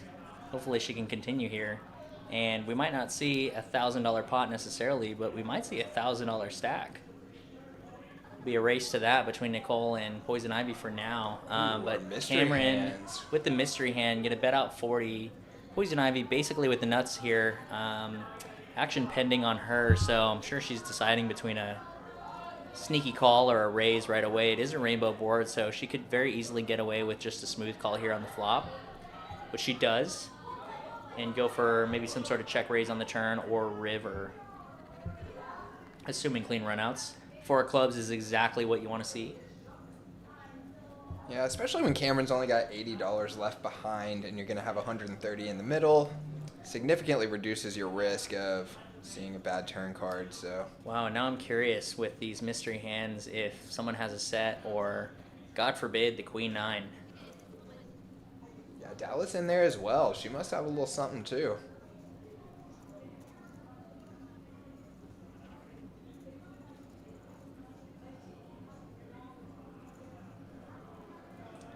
And basically a brick on the river, assuming no one has Queen 9, which was already there, and Ace Queen, which would have been a super gutter there.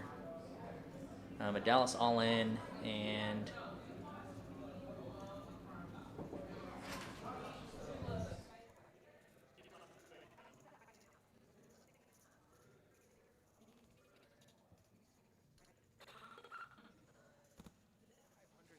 In the middle here, guys.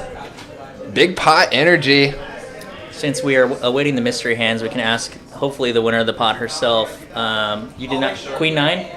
Queen 9. Oh, It was Cameron Queen did 9. have the Queen 9. Wow. That's what I said. Dude, God forbid the should've Queen known. 9. No. It was Dallas that had Queen 9. Oh, okay. No, I mean, hard to get. You flopped a straight on a rainbow board. You're never getting away from it. But update herself. Was this a win that you got from a splash pot, or is this for a later splash pot? A win. Oh, nice. Okay, so It the was kind of cute. I think I lubricant got a jelly jack is high locked flush. up. All right, I guess that means I can open it. See what it looks like inside.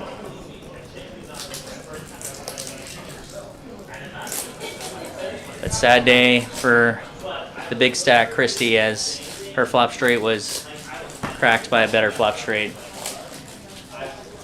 Crack this thing open and see what we're looking at. If you need to lubricate your tears, you can have this Queen Bee sexual lubricant enhancement pill. Thank you. Wow, it's a big bottle.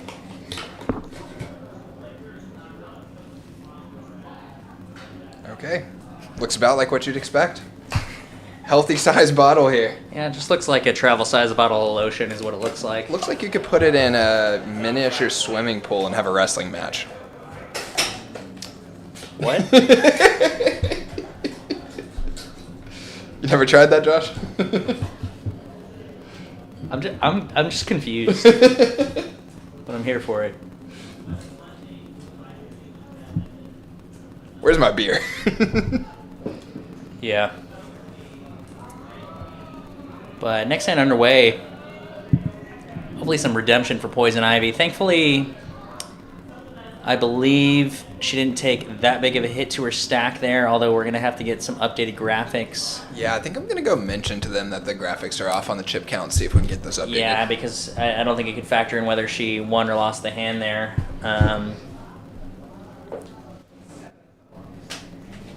But hopefully only a $100 loss or so to her stack, so she should still have around $500 remaining. Does have the King-Queen suited here.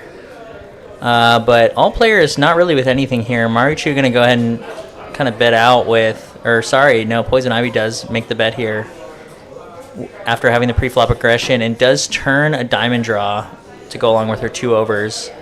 And when it gets checked to her, got to feel relatively good in this spot. She's going to bet $10 in action awaiting Marichu.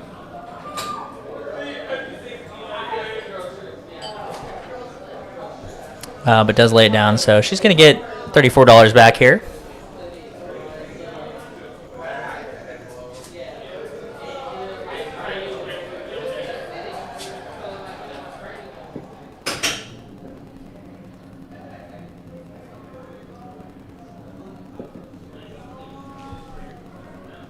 But thank you all for tuning in. Hope you guys are having as much fun as we are. Nick's been going solo the past couple weeks, and I've been joining him here in the booth for Ladies Night commentating, and whether it's the Ladies Night, the 5-5 Monday night live stream, or any future live streams, as we do have plans for some other ones coming soon, even regular 1-2 live stream games with maybe some different fun side games like the Squid Game or something like that. Definitely a more fun streaming experience with 2 commentators in the booth to kind of banter with, so glad to be here for Ladies Night with Nick, and seeing as that they all like to have a lot of fun here, I think with the 2 of us, sharing some beers as well to join in the fun alongside the ladies,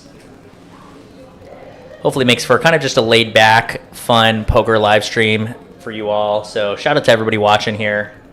We do appreciate you guys, and also those that you guys join us on Monday nights as well. Those are always a lot of fun, especially with it being such an action-packed game. And thankfully our cameras have caught up to the delay here, so we'll get back to being able to track the action as it goes around the table, and we'll continue to have Cameron in the game with a rebuy here.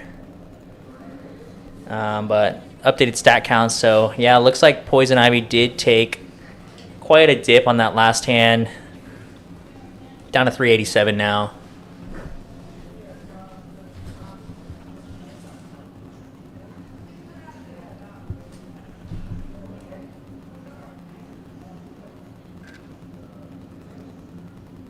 Poison Ivy currently with second pair and backdoor club draw.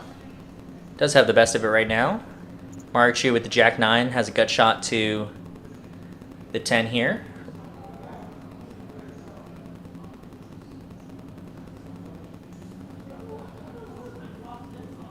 And Ari with 2 overs, backdoor straight draw, decides to make the call and spikes an ace on the turn here. I feel like she learned that move from Lil Raj, her boyfriend. Kind of floating the flop with backdoor potentials to maybe either steal it on a later street or improve the way that she did. But unfortunately, it is going to run out a 4th club. And Poison Ivy, who did have the best hand on the flop, is going to go from behind to back ahead again. And is going to bet small with her middling club here. And on a 4-club board, no other players holding a club. It's likely going to get through all the way. Ari here thinking if this might be a bluff or not, as she does have top pair here.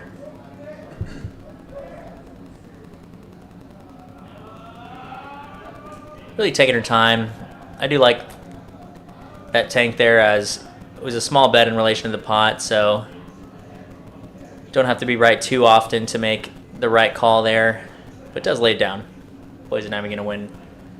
Nice little one there. And give y'all a little preview as she takes down the splash pot there. And that box that was floating in the middle of the table is in fact the box that we were opening here in the booth. And that is a, how do you say that? Lovense? Yeah, Lovense is the brand. Lovense. Closing the distance. Personal lubricant jelly. Okay, let's see what that's all about. Bring you guys an update next week.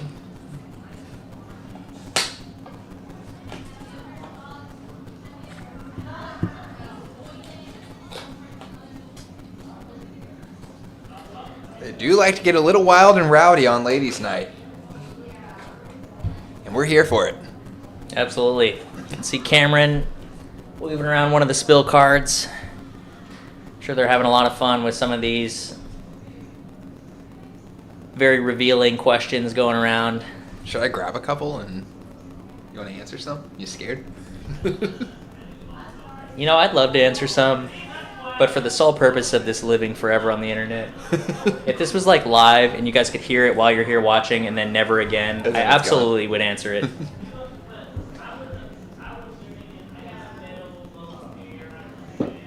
But knowing that in the year 2070 that my grandkids will watch back on these very live streams Wow.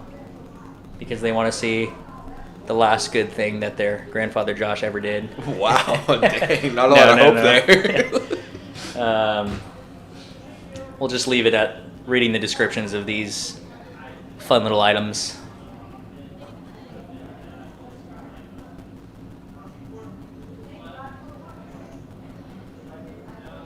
Dallas here with pair aces, going to be the best hand. Ari with second pair and a straight draw.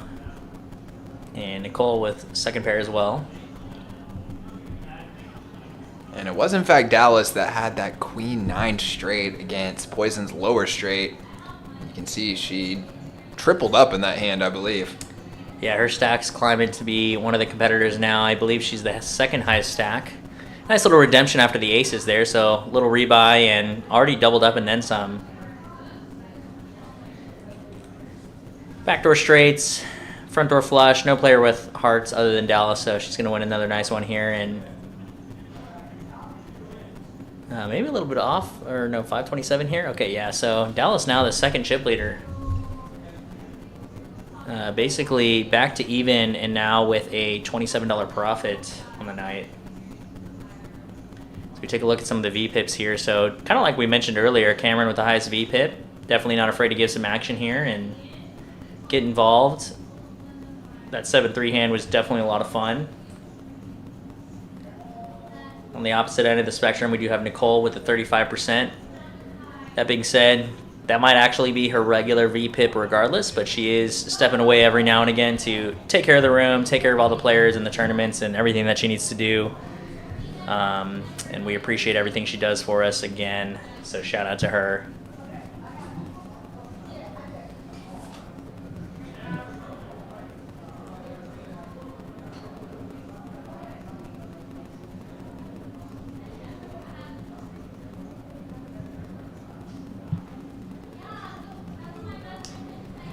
Franklin, just now seeing your chat, and sorry to hear that, and glad you're joining us. Hopefully you're, again, kind of kicking back with us and just kind of enjoying the goofiness of tonight. Definitely a more fun, laid-back live stream with some poker as well, so more of a fun time. So we appreciate you joining us and hope you continue to have a great time with us. We'll try to keep it going, keep the fun going. So far, it's been great.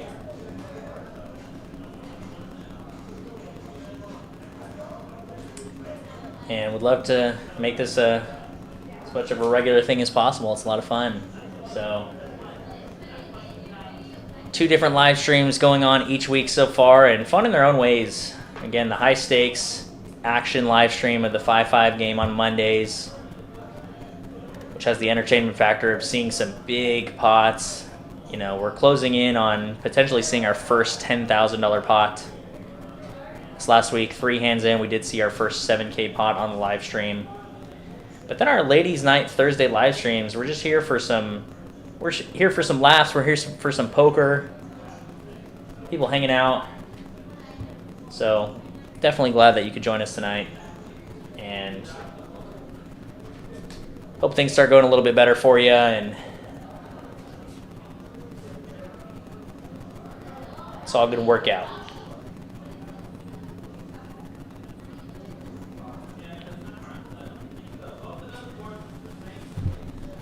As far as working in, tough places as well, always remember that you have freedom of choice.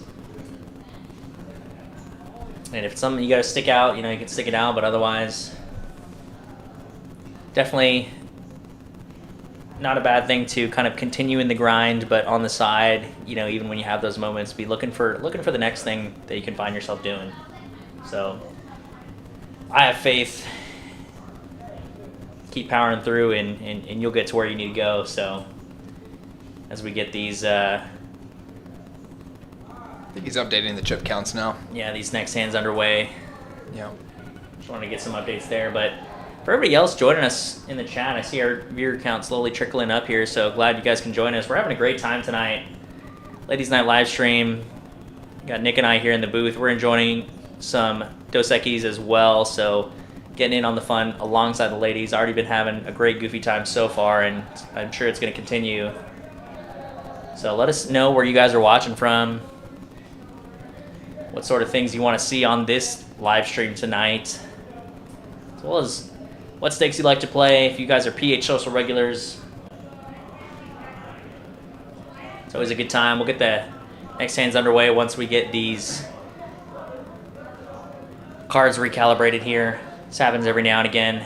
They had to do a little deck switch here. Yeah, and Franklin, just to tag on to what Josh is saying here, because as he was talking, I was just like nodding my head in agreement. I remember when I was working my last job that I was ready to be out of. And it's kind of an odd thing. Life can feel extremely long at times, and it can also feel extremely short at times. And sometimes when you're doing something you don't enjoy day by day, it can kind of feel like it's dragging on and like there is no end in sight. But just like Josh said, there's always a new beginning. You do have the freedom of movement, freedom of choice. So be on the lookout for your next best thing coming. And don't feel pigeonholed or locked in.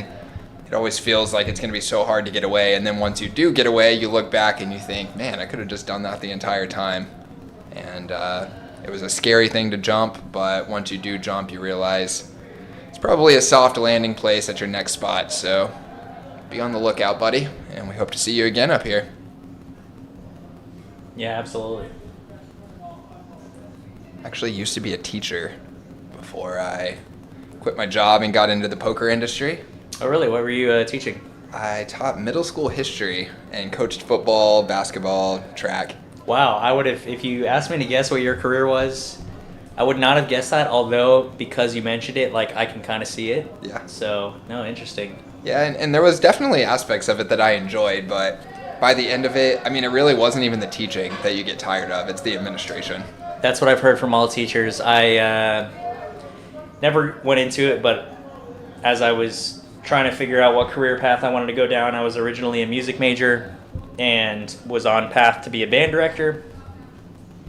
I did not follow through on that and actually switched majors and also industries as I went on through my career over the last decade or so. But I had several friends that continued down the teaching path, whether band director or otherwise, and I want to say only 5 or 10% of them are still doing that, as the rest have either switched industries completely or otherwise, just because of exactly what you said. It's not necessarily the job itself, but what makes or breaks being or having a good time as a teacher is the administration. So Yeah. And my principal was very strict, did a good job managing the school, but in the end, it's like so many rules and regulations around the school. Just feels like you're just being micromanaged all the time.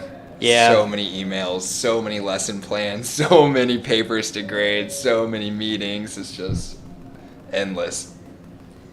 But yeah, the ones that have made it are the ones that have, a good, healthy school administration environment, and the ones that didn't, it's not because they didn't like the job or they weren't good at it. It's just because the kind of the overall environment, whether it be the administration or something related, caused that. So Yeah. happens to the best of us. You can be in the industry that you love and are meant to be in, but just not in the exact right spot. And so just like we were mentioning, kind of just always seeing your options, and it's not saying to just quit and jump ship. You always want to have a backup plan, but good thing is we all have time throughout the day, even if it's as you're laying in bed and before you go to sleep, get on your phone, even if it's each day, and hop on Indeed, look around your industry and see what job openings in your career field are available. And like I said, I know sometimes it feels like we don't have enough time in the day, but if you can take 5-10 minutes and apply to 6 or 7 jobs right before you go to bed, or even just looking, and then once you kind of get that ball rolling, it does take some time, but eventually you get some things lined up, and then hopefully get yourself in a position to be able to move on. Yes, sir. And I believe that we're back here, and if the action's right, Cameron just deciding to rip it in with pocket fives. And he's going to take down the blinds. And it looks like that was right, as I think it showed him flashing the fives right there. So he does take down the blinds, but just wanted to spice things up a little bit. He is that kind of action player, and he very well might be using that move right there to set up something coming down the road. That's true. Like I mentioned, as action as he may be, the next time he does this, he could show up with aces or kings and might get a crying call from something like pocket nines, pocket tens that just does not believe, and he's going to wake up with the goods that time. So, but it looks like he's reading a spill card after winning that hand. And interested to see how his VPIP ends as the night continues. Definitely going to be the highest we've seen on any live stream. Even on David's live stream, I think he's only in the 50-60% range or so, if I'm not mistaken. We actually had Marachu at 100% about an hour into the stream last week. Oh, wow. A lot of limped pots, I imagine. Definitely. She cold called a couple of 3-bets, though. She was hanging in there. She was fighting for that 100%. I think she finished around 85, something like that. How'd she do overall? Was she up? I honestly can't even remember. I think it was on Galentine's Day that was happening, and Oh, the Saturday stream? Mhm. Okay. But Carla here is going to have the best of it, but with second pair, she's going to have to be able to navigate to the river with one overcard there. Does come back to her seat and just snapping that call there. that was pretty cool, honestly. Yeah, that was sick. She's like, I know the best hand. What are you bluffing into me? I know you have pocket threes. But she's going to turn a gut shot to go along with that second pair, so this might keep her in here. And Dallas from gut shot to the queen now has a pair as well, so she's going to go ahead and stick in the $5 call as well. And 7 of hearts double paired or paired on the board now. Carla with the best of it. Again, we're going to have to see if she can navigate to the river here.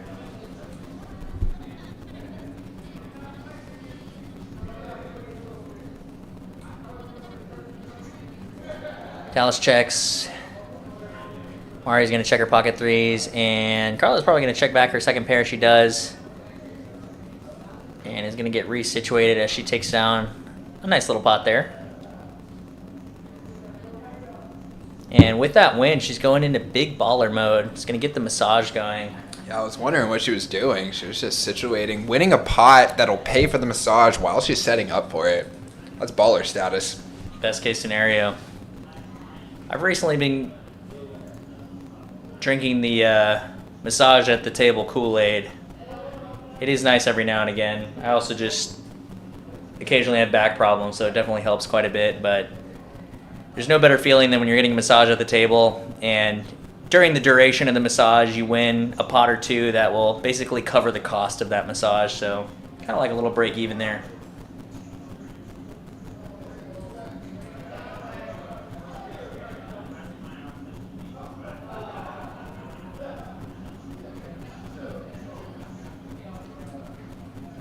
Checking out our updated chip counts here. We got a couple of players up over that $500 marker. Let's see if we can get that 4-figure pot tonight. And with that, we are off to our next bomb pot. We usually do a bomb pot on the dealer change here at PH Social.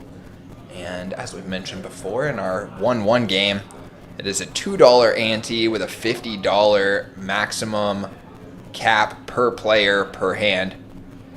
And in our 1-2 game, we do play a normal $5 ante bomb pot with no cap. So if that's your cup of tea, we do have that as well. But for our 1-1 game, we want to kind of protect the players and the game itself by putting that cap on there. And wow, we have two very interesting looking flops right here. Goodness. That's what I was going to say. Very, very similar ranged boards here. We do have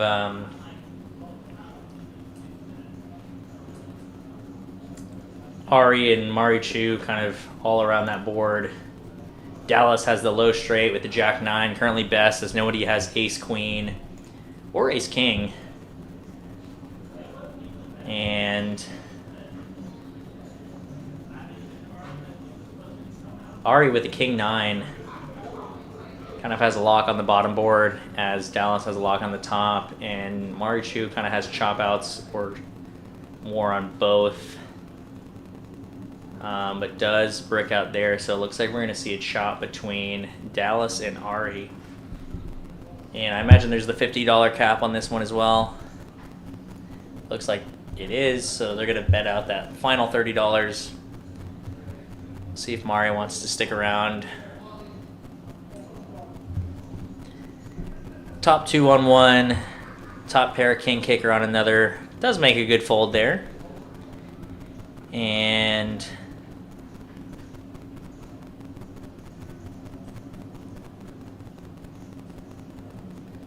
oh wow, Ari lays down the straight on the double paired board, or on the paired board, and I think Dallas got the scoop on that one.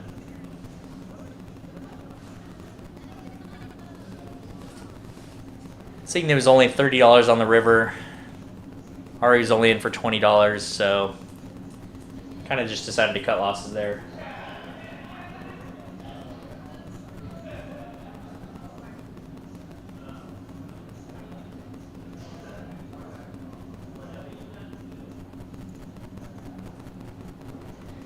Glad to hear that, Franklin. I mean, sorry about some of the weird nuances of the workplace, but glad that, you know, you've got a drive for it, so. We're definitely pulling for you. Yeah, absolutely. We know you'll make the best of it.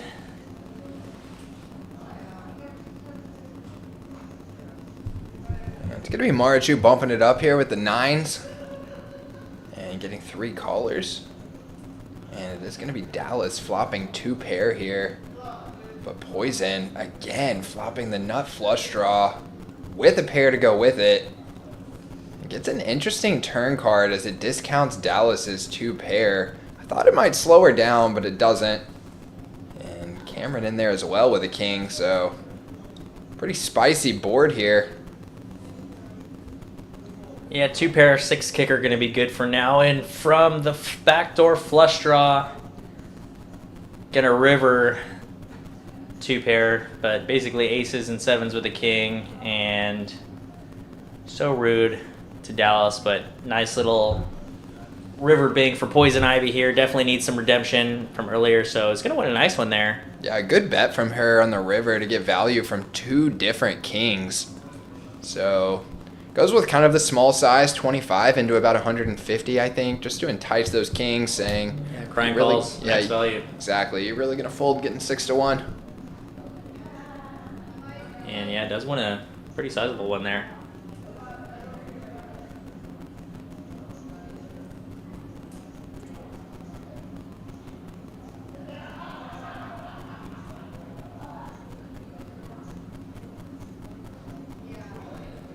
And Franklin talking about how much you can learn just from dealing to top players in big games. Couldn't agree more, buddy. I actually considered at one point learning how to deal just for that, or as a main factor anyway, so that I could get in there and watch people play all day and make some money while you're doing it. Gives you a lot of information, teaches you a lot about the game, and also can probably test to see how much do you really love this. Cool to sit there all day and deal cards to other people and watch how they play the hands and see the showdowns. If you can do that, then you're probably going to be able to hold your passion when you're the player.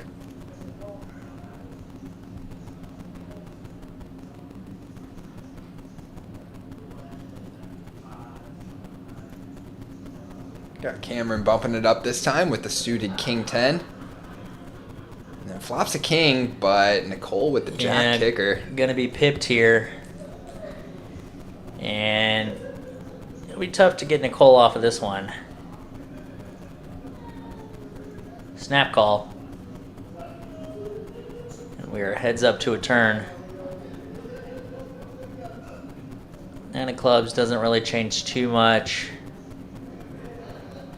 And Cameron does check it. Nicole's going to go for value and protection here with her top pair. Knows that there's a couple of straight draws out there.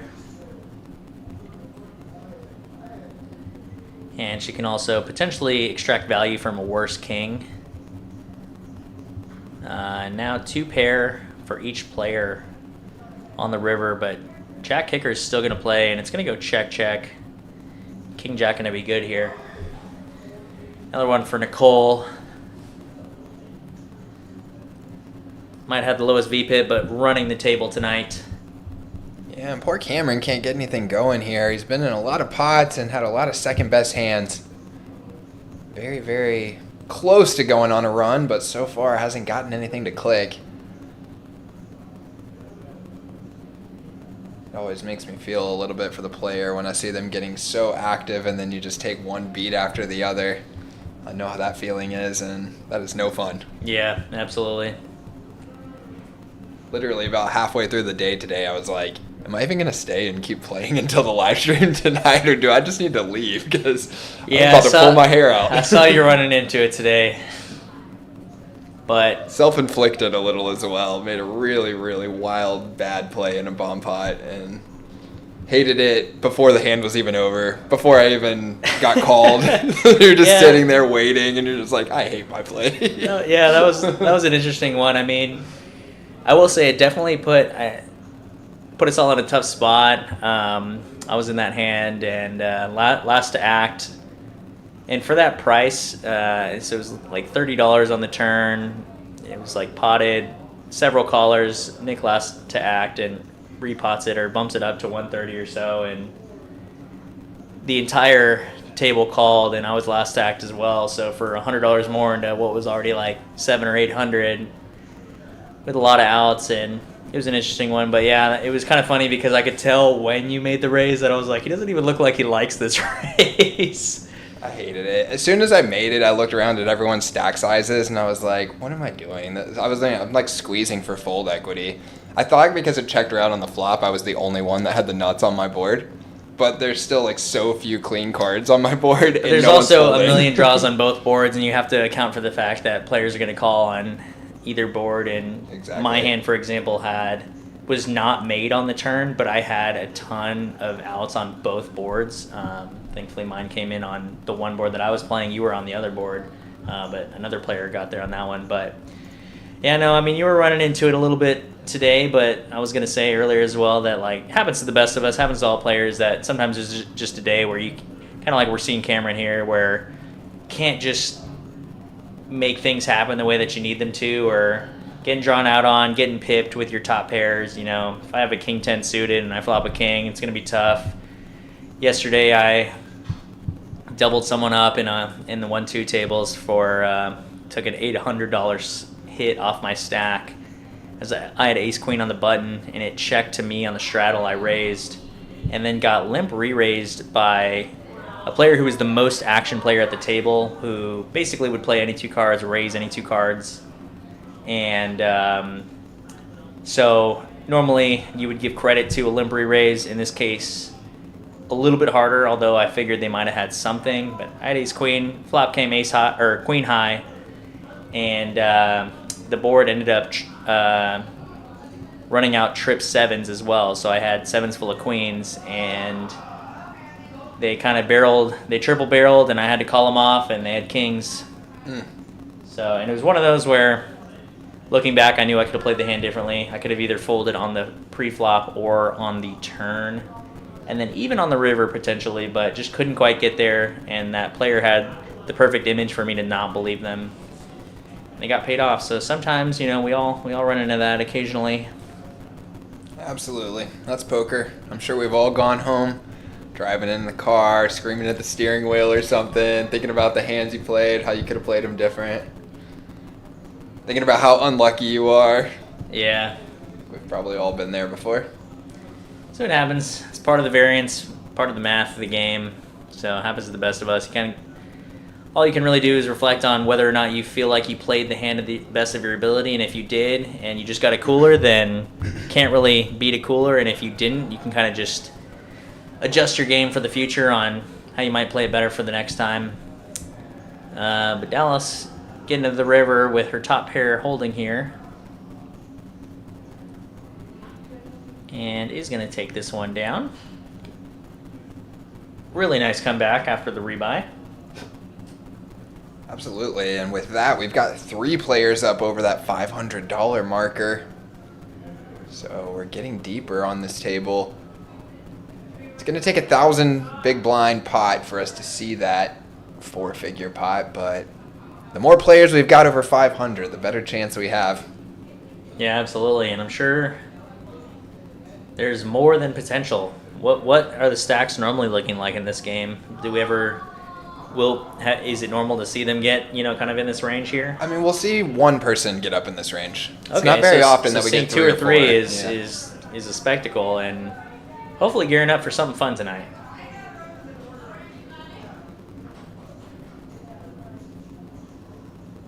I think we're gonna have to see like a flush over flush, set over set, or aces versus kings or queens type of situation go down. Yeah. But there's always potential. If we can see it in the 5-5 game for thousands, there's definitely potential to see it at the 1-1. Especially with Shannon Dallas as she goes by on the stream, and Poison having the deeper stacks. They are 2 of our more aggressive players. So we could see some 3-bet situations where the pot gets big enough that it could go in there, but I agree with you. It's probably going to take some kind of cooler to get it all.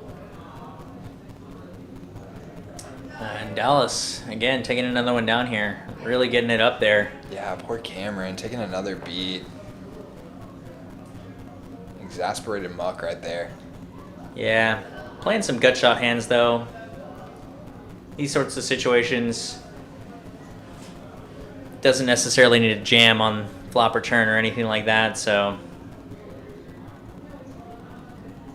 But what we may see is, a rebuy, them waking up with the nuts in one of the hands, doubling or tripling up, and then kind of going steady from there after that. So we'll see how Cameron makes it out, and I have faith. But Dallas chipping up real nicely here. I think probably the chip leader now, if I had to guess. Looks like Nicole got up. Is that? Oh no, she's still there, She's there, but she's up running around.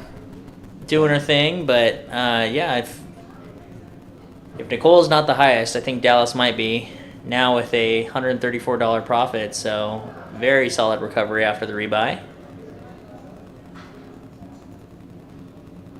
Now with a gut shot up against March, who's top. Just gonna rip it in for the 25 here, and Dallas just gets out of the way, makes a good fold there. But yeah, Dallas chip leader, followed very closely by Nicole and Poison Ivy, who looks like did make a pretty good recovery after somewhat of a beat there with the straight over straight. Yeah, looks like she's going to take a shot here. Let's watch the facial expression as this goes down. Always love watching that. What do you think it is? I'm going to guess tequila. See if we can tell based on the facial expression. Nah, looks like it might be some sort of. Oh.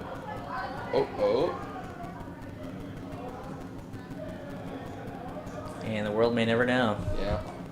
I don't know, looks like it might have been a mixed drink or something, or she just did a little teeny tiny dip taste and then threw in some Sprite or whatever she had.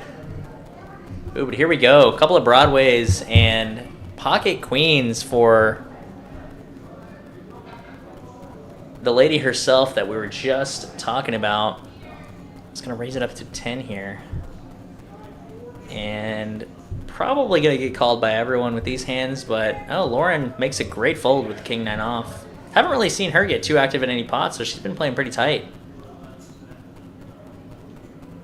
Kind of waiting to get someone going in top set here Ooh. against King Jack and Jack 8. If we could see a king or an 8 on the turn, this could be a spicy board. But with a little $10 bet, gotta think that it's gonna keep Ari in there and probably Carla as well. 9 of diamonds on the turn, so board getting a little bit wet out there with some straight and flush draws. Starting to build. She comes with 25 into 80. A 10 would give both Carla and Ari a straight here. But Carla does get out of the way and fills up on the river. Nothing to worry about anymore. Let's see if she can extract value from second pair here. Yeah, and with all of those draws missing on the flop, might entice Ari to make a little bit of a hero call here. There was flush draws, there were straight draws. Double checks her cards to make sure it's real. Yep. I do have top full. Feigning a little bit of weakness and does go for what looks to be pretty much an all-in or just close enough. Oh, just a little bit. Really, really milky here. Wants to get a call. All-in can feel kind of strong, so wants to just bet. But let's see if we get a sticky little Raj call. Yeah, I actually like that bet sizing a lot instead of going for the all-in. With you blocking the queens, seems like you're most likely to try and get called by a jack here. And all-in might just fold out all of the jacks. Let's see if this one works out for her. Yeah, I mean, ideally targeting a king 10, 10-8. That's wishful thinking. King 10. Oh, king 10. Yeah. Ooh, king 10 would be spicy. But great fold by Ari. Nice fold. Not too difficult when you only have second pair there. I mean, you lose to king queen, queen jack, queen anything. Does that mean we should maybe size down to 40 or so? Or, I mean, it feels like we should probably bet to get called by a jack there. What do you think? I think, you know, those are always tough spots when you're going for value with the stone nuts, and you kind of have to ask yourself, what am I targeting here? And with that particular board dynamic, I think you are targeting what you hope is a straight because you have the boat. Now let's just say let's assume you didn't boat up and that straight draw is still present. You're basically targeting a 2-pair ish hand. And I think you go for the same bet size there. I think $40 is a little too small. At least when you're that nutted, like you want to try and go for as much value as possible. Unless you go for kind of what we talked about at the very beginning of the stream. Oh, does she have queens again? Yeah, back-to-back Wow. hands. But kind of like what we were talking about earlier in the stream is player dependent. For this particular stream and this particular table, probably wouldn't be very effective. Now, if this was the 5-5 game, a little blocker bet, like a 5-10% pot, I think could get really interesting. But again, I think in this type of table, if she bet 15-20, she's just getting a quick snap call from Ari, and if she's beat, she's beat. But But you're saying maybe she could, in a more aggressive game, In go a more for that aggressive tiny game, bet to try and get raised. induce a raise. She does go with the small bet sizings here. Checks on the flop, bet small on the turn. Just kind of milking Marju's stack here. Yeah, Marju kind of had a ton of equity on the turn, hard draw and the gut shot straight draw. Back-to-back hands, picks up the queens, and they hold twice. Smaller pot this time, but Yeah, that is kind of crazy to have pocket queens twice. I don't know about you, Nick, so you'll have to let me know, but I always get like nervous in those situations. If I have aces or kings, or like aces and then kings, like back to back, I'm like, one of these I'm getting stacked. Like one of these is getting cracked. I can't be lucky enough Yeah. to hold twice here. Exactly, yeah.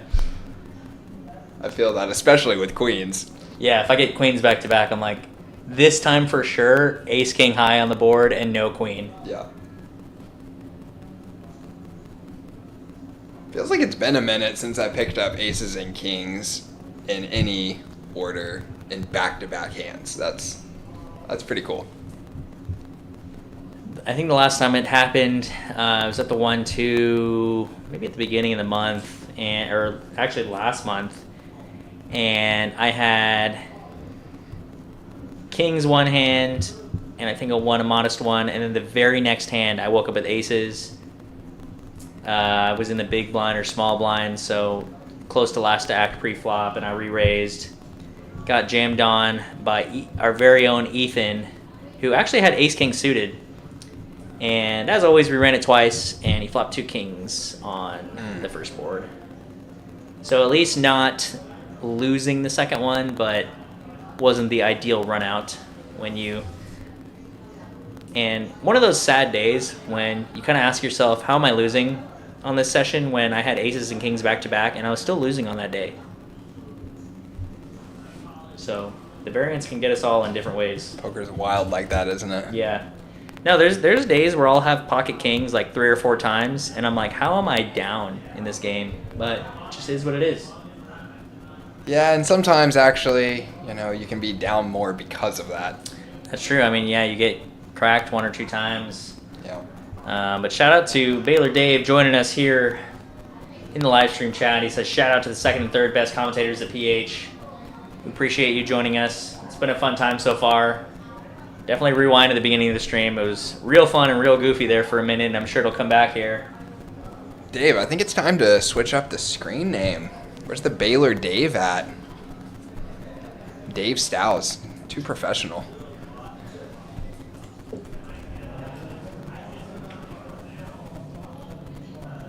Nick and I, basically 2 Dos Equis deep at this point, so Yeah, it's almost time for number 3, huh? it's just about that time. Just about. I feel like we're on good pace right now. Yeah.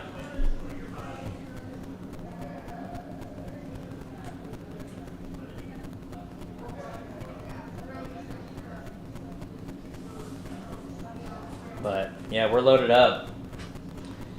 We've got the brews, we've got some sort of lubricant jelly, we've got female sexual enhancement pills in here. They kind of just keep coming in here and multiplying. It's gonna be a wild night in the booth. Not boys. sure how that keeps happening, but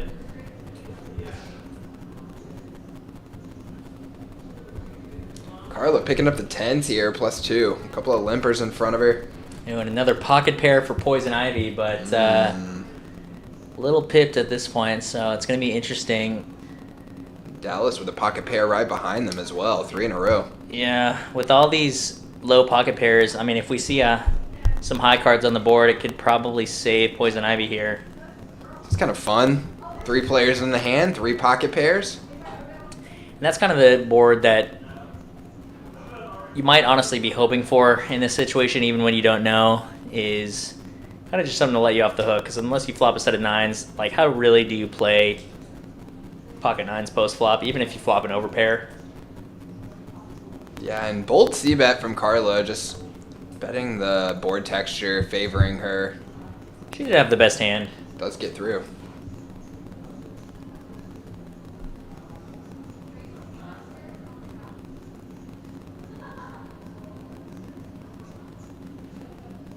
Yeah, it looks like Poison actually colored up to some green chips there, which is, I think, the first time I've ever seen green chips in the ladies' night game.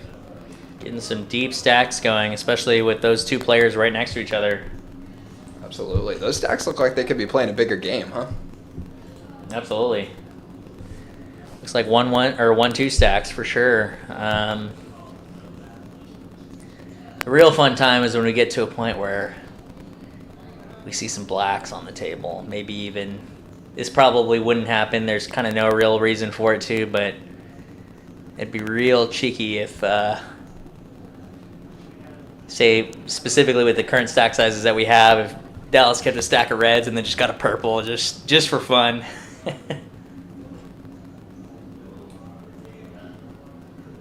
She's like, yeah, this is in my stack. What are you going to do about it?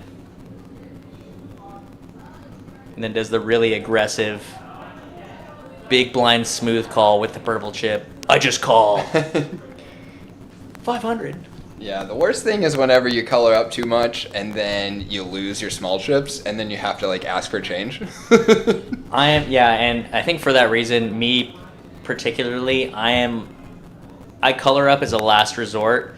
Also because I also I feel more confidence having like a mound of chips versus reducing them to dust of higher denominations. But that's just me personally. I like having like a ton of reds. I've actually gone through phases throughout my time playing poker where I used to be like team never color up and would just like Just whatever try. you obtain is Exactly. just staying in the stack. Exactly. I've never been like, if it gets like to a certain point, so let's say I'm at a 1-2 table and my stack gets to like, usually when it starts getting in the range of above 1,000, so I'm in that $1,100-$1,200 range, that's when I might start considering a color up. If it gets above 1,200 or 1,300, that's when I'm definitely like, okay, let me get a stack of greens here. Yeah, I've actually moved away from that a little bit because I started realizing how powerful it is to be able to bet with different chip denominations and how much. Oh, so you like that as a strategy. I think about that sometimes, is if I have, let's say I have a $1,500 stack in a 1-2 game, and I have 1,000 in reds and 500 in greens, the psychological difference of an $80 bet if it's all reds or 3 greens and a red. I think Exactly. about that sometimes too. Exactly, and I Yeah. feel like the greens feel scarier. Like if I'm like trying to bet with authority, I throw out the greens, or even a black chip. You know, if you bet out 80 but you toss in a black chip, you know, it just feels very commanding. yeah, and I feel like it actually kind of depends on the player too. For some people, it'll look more scary if it's got color with the bet, and for Yeah. some players, actually, I think it'll look a little less scary just because it's less chips. Less chips, yeah. Yep. So. Versus when you carve out an $80 bet with reds, Mm-hmm. you're like, Exactly. man, that's a lot of chips. Got to So- know your opponent. No, yeah, that's valid, but I mean, I think about that in the back of my mind, but I know ultimately my bet sizing is fully just dependent on, you know, how I'm playing the hand and all that stuff, and also just what sort of chips I happen to have in my stack at the time. Yeah, I'm less of a color up person until it gets to a point where it's like obnoxious. Like I said, I love to have a mound, but once the mound of red is in the $1,100-$1,200 range, like that's sufficient for me, and now I can start dispersing. Yeah, actually, like in recent years, I kind of think about the chips more like you're the general of an army, and the different chip denominations are like different artillery. Oh, so your $25 chips are like your lieutenants or your sergeants or something. More like they're the weapons. Like white chips are Oh. like machine gun fire, red chips are like grenades, green chips are Oh, like and a black is like a tank. exactly. Okay. Yep. That's interesting. I never thought of it like that. That's funny. And a purple's like an F-15 or something. Oh, shoot. Man, now I wonder how you're gonna impact my game psychologically if I start thinking about that. Yeah, you're gonna be watching me bet. You're like, oh. Or not even yours. Why Like do you I'm use gonna, that green chip? I'm gonna start making my own bets, and I'm Yeah, like, you time to start send in the 50 caliber sniper rifle. Exactly.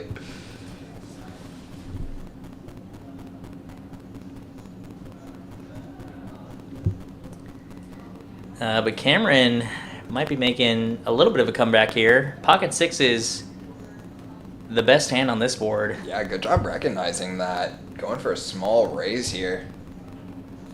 And wow, is gonna steal this one with the best hand, of course. One of those bluffing with the best hand situations. Yeah, that was kind of like if you could see everybody's cards, you still might not come up with that play, but it feels like after he makes it that it's probably like the best play. Yeah, absolutely. But also seeing here, Poison Ivy as well as Dallas both above the $600 mark. Ooh, So spicy. Are we going to see $1,000 pot? I don't know. I think I'd be equally happy seeing either $1,000 pot or $1,000 stack. Yeah, and if it's Poison and Dallas getting involved in the $1,000 pot, am I going to go home crying, or am I going to go home planning a trip to Vegas? That's true. It's funny how you can live vicariously and be like, I'm sitting here watching Christie with Queens full, thinking about Vegas and the bleeping mirage. Yeah, exactly. And Ari with top two here, but Cameron going to take the betting lead. Not quite the way to get some momentum rolling, but I like the play. Got some backdoor opportunities here, and if they come in, other players will not see it coming. So definitely Team Cameron on this one, but Ari is going to rip it in for the remaining 43. Most likely Cameron's going to lay this down, and Mari probably going to have to make the crying call, drawing almost dead here to running eights essentially, or a chop somehow. imagine they're going to go once. Oh, and 3 hearts on the board, but top 2's still going to be good.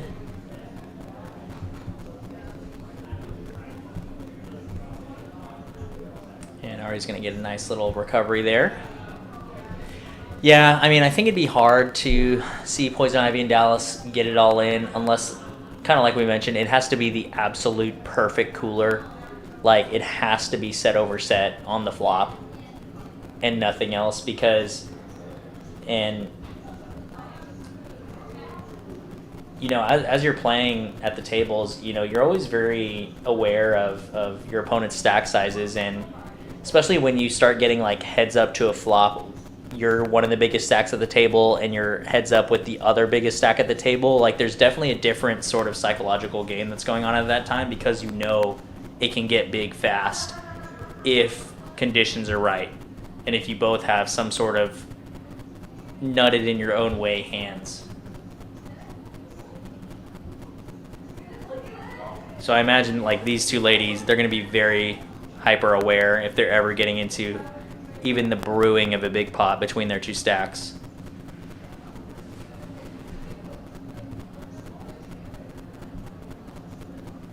That was until tequila. You never know. That is true. A factor I did not consider. And we did see Poison try to bluff the second pair in the first hand of the night, or one of the first hands of the night with that queen 6. She did, and it got through. Yeah, so, and some people, well, I agree with you 100%, of course. As you get deeper, you're inspecting who else are the deep stacks that I need to be aware of. But sometimes the emotions take over in a poker game, and you never know That when is you true. might be saying those words all in without even really realizing how deep you are. Yep. I mean, that ace-queen versus king's hand that I was just talking about was a perfect example. But Nicole here with the types of hands that are some of my favorite, and I was going to mention it before the queen even came, but when you have top pair or even middle pair and a flush draw, I love those sorts of hands for this exact reason. I mean, what is she really worried about on that flop? And then, of course, beautiful turn card comes in right away. Top pair and a flush draw. Oh yeah, that feels good. And your dad is back in the chat. Bring in the spice. Oh, we got, yeah, Baylor Dave adjusting his username here just in time, but instead of an all-in, just a Jello cage match between Poison Ivy and Dallas. Earmuffs, Sandra. Earmuffs time. That would be something to see. That would be something to see. I'm just going to leave it at that. Yep. Except that we do have a giant bottle of personal lubricant jelly in here. So. We do. And I don't know why, but every 5 minutes, Nick keeps adding more to his hands. Just kidding. All over my hands. He went to the restroom, came back, and his whole face is smothered in what looks like Vaseline, but I know it's not. But on that note, I'm going to go get my third Dos Equis. Okay, here we go. Well. Yeah, let's do it. One more for the boys. Yep, probably the last one.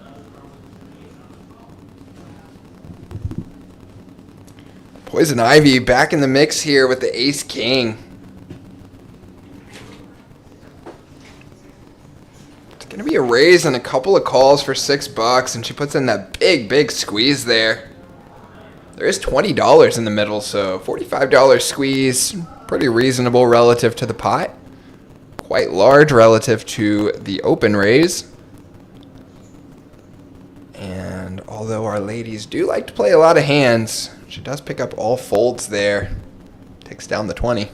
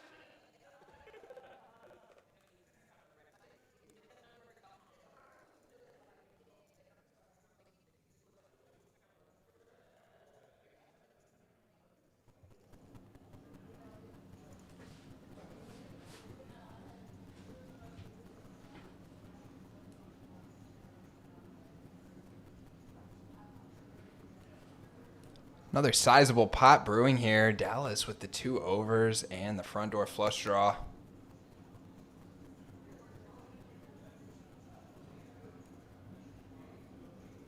She's going to lead out. Cameron calling with second pair. Poison calling with the 2 overs and the back door draws, and now runs into a jack.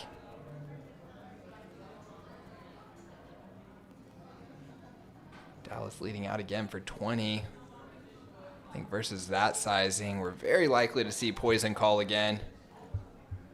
And Cameron's going to call again as well. He's drawing pretty thin here. And the river is a brick. Let's see. Dallas wants to come one more time. She's going to come with a smaller sizing, 25 into 140. And that does get Cameron out of there. Now Poison getting a really good price, but it looks so milky. She's got to wonder, is a jack good? She's thinking it through.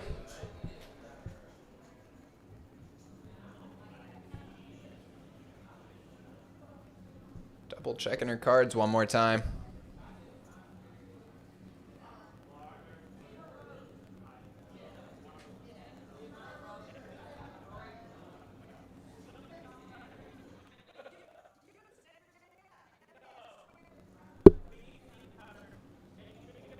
She puts in the call.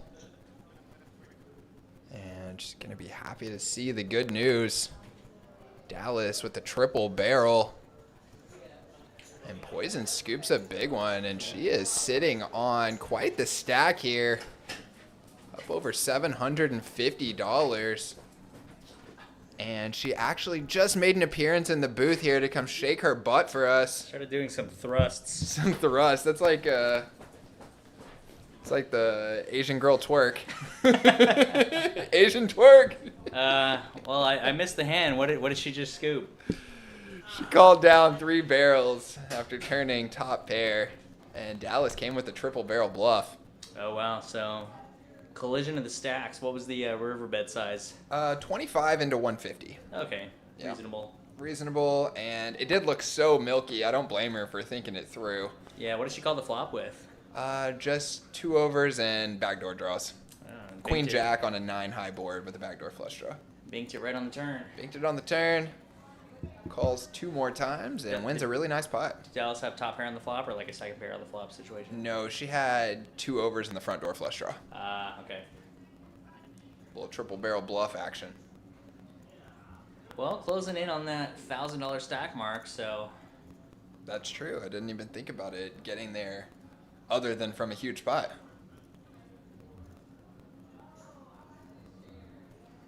like I said, $1,000 pot or $1,000 stack. Potential to still see both. I mean, a $1,000 pot will cause a $1,000 stack unless they chop. You got to give a 1 to 10 rating on the Asian twerk there. What'd you think about that? And I think twerk is Is that a strong word? maybe not a strong word, but a confusing description of what that motion was. What would you call it? I mean, it was a thrust. It was kind of one of those, like, I'll put it like this. If you've seen The Wolf of Wall Street, in that early scene where he's showing his newly created Stratton Oakmont, like the first 8 guys, how to do a sales call, and he's making that little gesture on doing that call. It's kind of like that. It's a little it's a victory thrust, if you will. And the very own Poison Ivy Poker did a little victory thrust here in the booth. It was a violent victory thrust. Yeah, it was a little. Nick and I were scared. You wouldn't want to be on the receiving end of it, I'll say Nick that. pulled out his consent button that was on his keychain there and started pressing that vigorously. Yeah. Had to whip out the safe word on that one. But shout out to Poison Ivy, great hero call, and basically physically acted out the feeling that we all feel when we win a nice big pot. Absolutely. Because it probably wouldn't be the best etiquette if immediately after winning a big pot, right there at the table, if you just started doing some thrusts. Some violent victory thrust. Although I wouldn't be surprised if that was the type of behavior that we saw on the David's Monday night 5-5 uncapped live stream. That's what everyone's doing in their head after they win a pot. David for sure. If he wins with a deuce or bottom pair bluffs Raj off a hand with a pair of sevens, he's doing that in his head for sure. That would be quite the sight to watch David do that.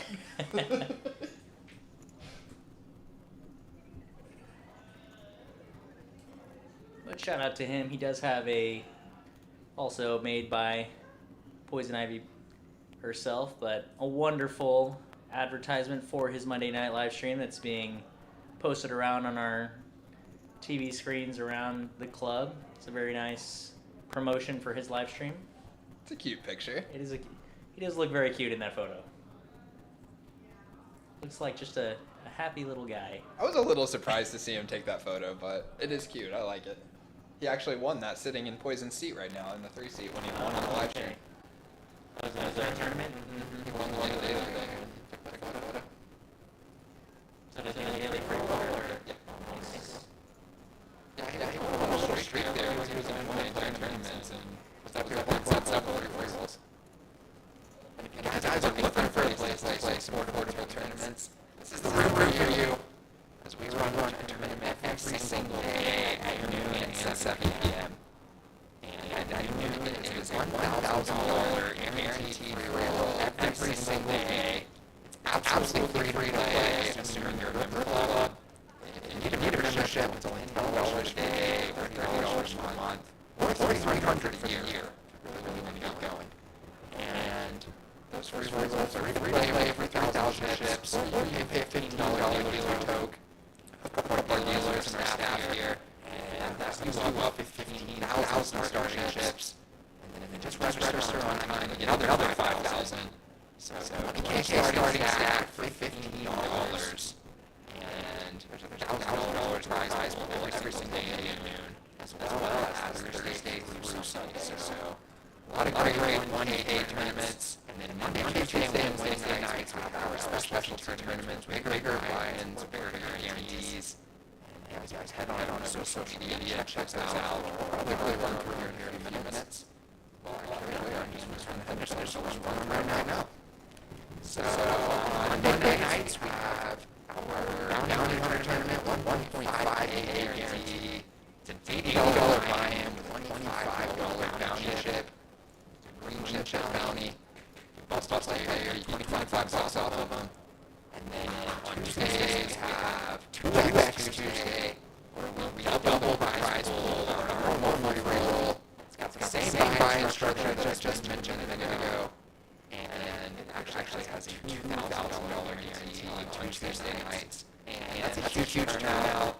For the past several weeks, we've been getting about 60 players, and then 60 unique players, not to mention all the rebuys and add-ons. So it's really good feel for that one. Yeah, the tournaments will be huge. Absolutely. And on Wednesdays, we got the Holstein, the $2,000 guarantee with $80 buy-in. So go online, go to PH Social Dallas on Instagram or Facebook, and check out all of the details of those. Or just head on over to Crab Rallies where you can check all of our waitlist and all of our tournament details. Hope to see you all up here.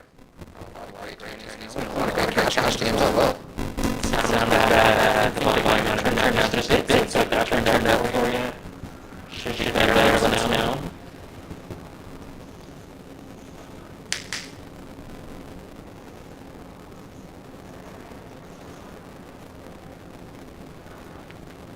$70 to the turn here.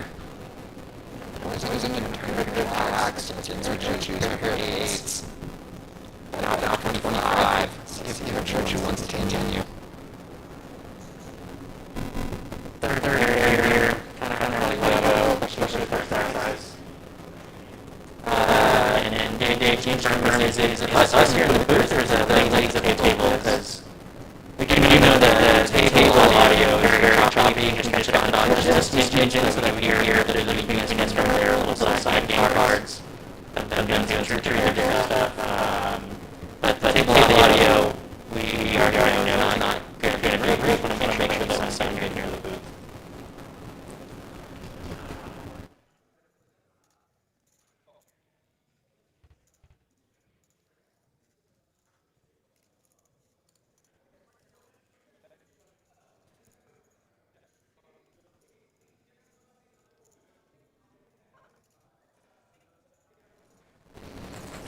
said it's an audio test and can't see that it is rough, so we're going to get some technical support come in right now. Thank you guys for your patience. Check out that Poison Ivy cumulative winnings.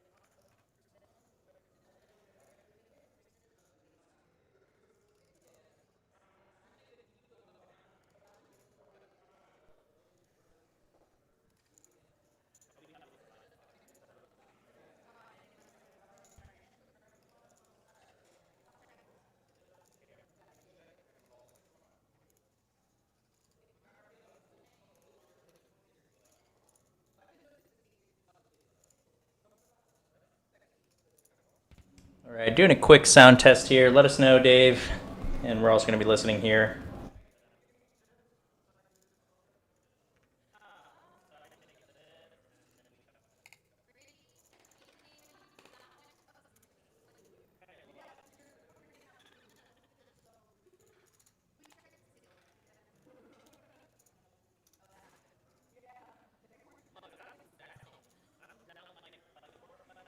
Once again, doing a quick sound test here. Oh, it's better. Okay.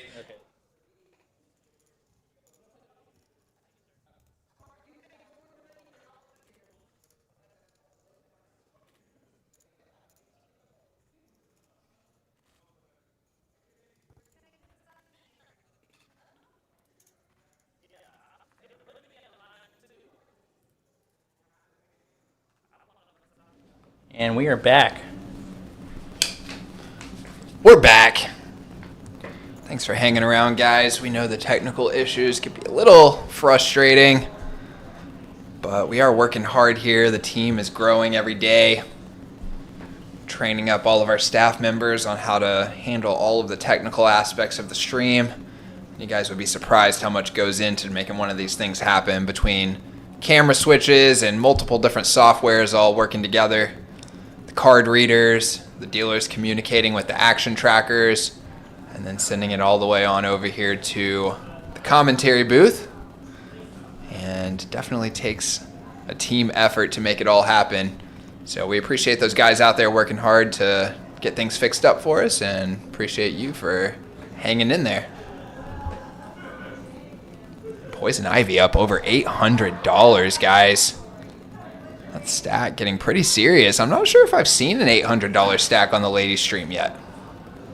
Yeah, definitely a good game going so far tonight. 170 away from that $1,000 stack we're looking for, so.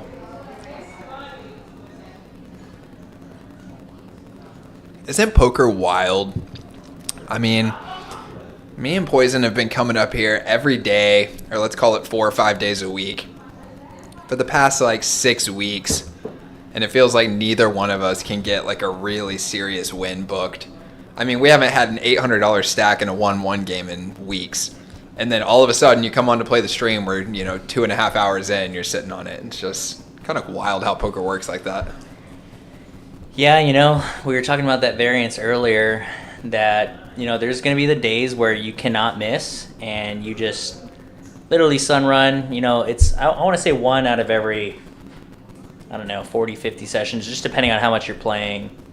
I guess for those of us that play quite a bit, probably closer to that 40, 50 session mark, but where, again, you just can't miss. All of your opponents miss their draws, you hit all of your draws, and you're in for one buy-in and up piles and piles, and then other days where you just cannot seem to even hit a pair on a flop.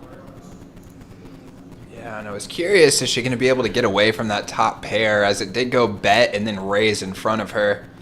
She thought about it, but ended up making the call here, and she's up against Nicole with a set. So Yeah, poised to get a big one here, and Poison Ivy does have a gut shot to a straight to go along with it, so see how this kind of develops here. This sneaky bottom set, one of the best sets to have, and does folded right before she got to see her gutter, but was a good and correct fold. Probably kicking herself after she sees that river.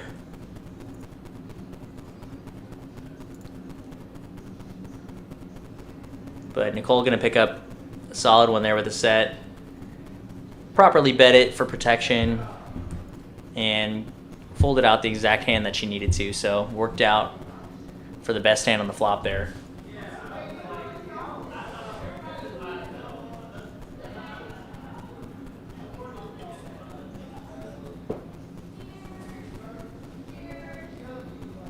Mari here with a bit of a premium to kick us off. And I was wondering if she's going to rip it with that hand, and she does. So we wait to see Ari's decision here. For 21 big blinds, definitely a good laydown. And gonna run into the big stack here, who does have a pair. Cameron's gonna make the call, or actually rip it as well. And let's see what Poison Ivy wants to do. Spicy. She's already in for 20. And Cameron, a very active player, as we've seen. He's playing about 90% VPIP.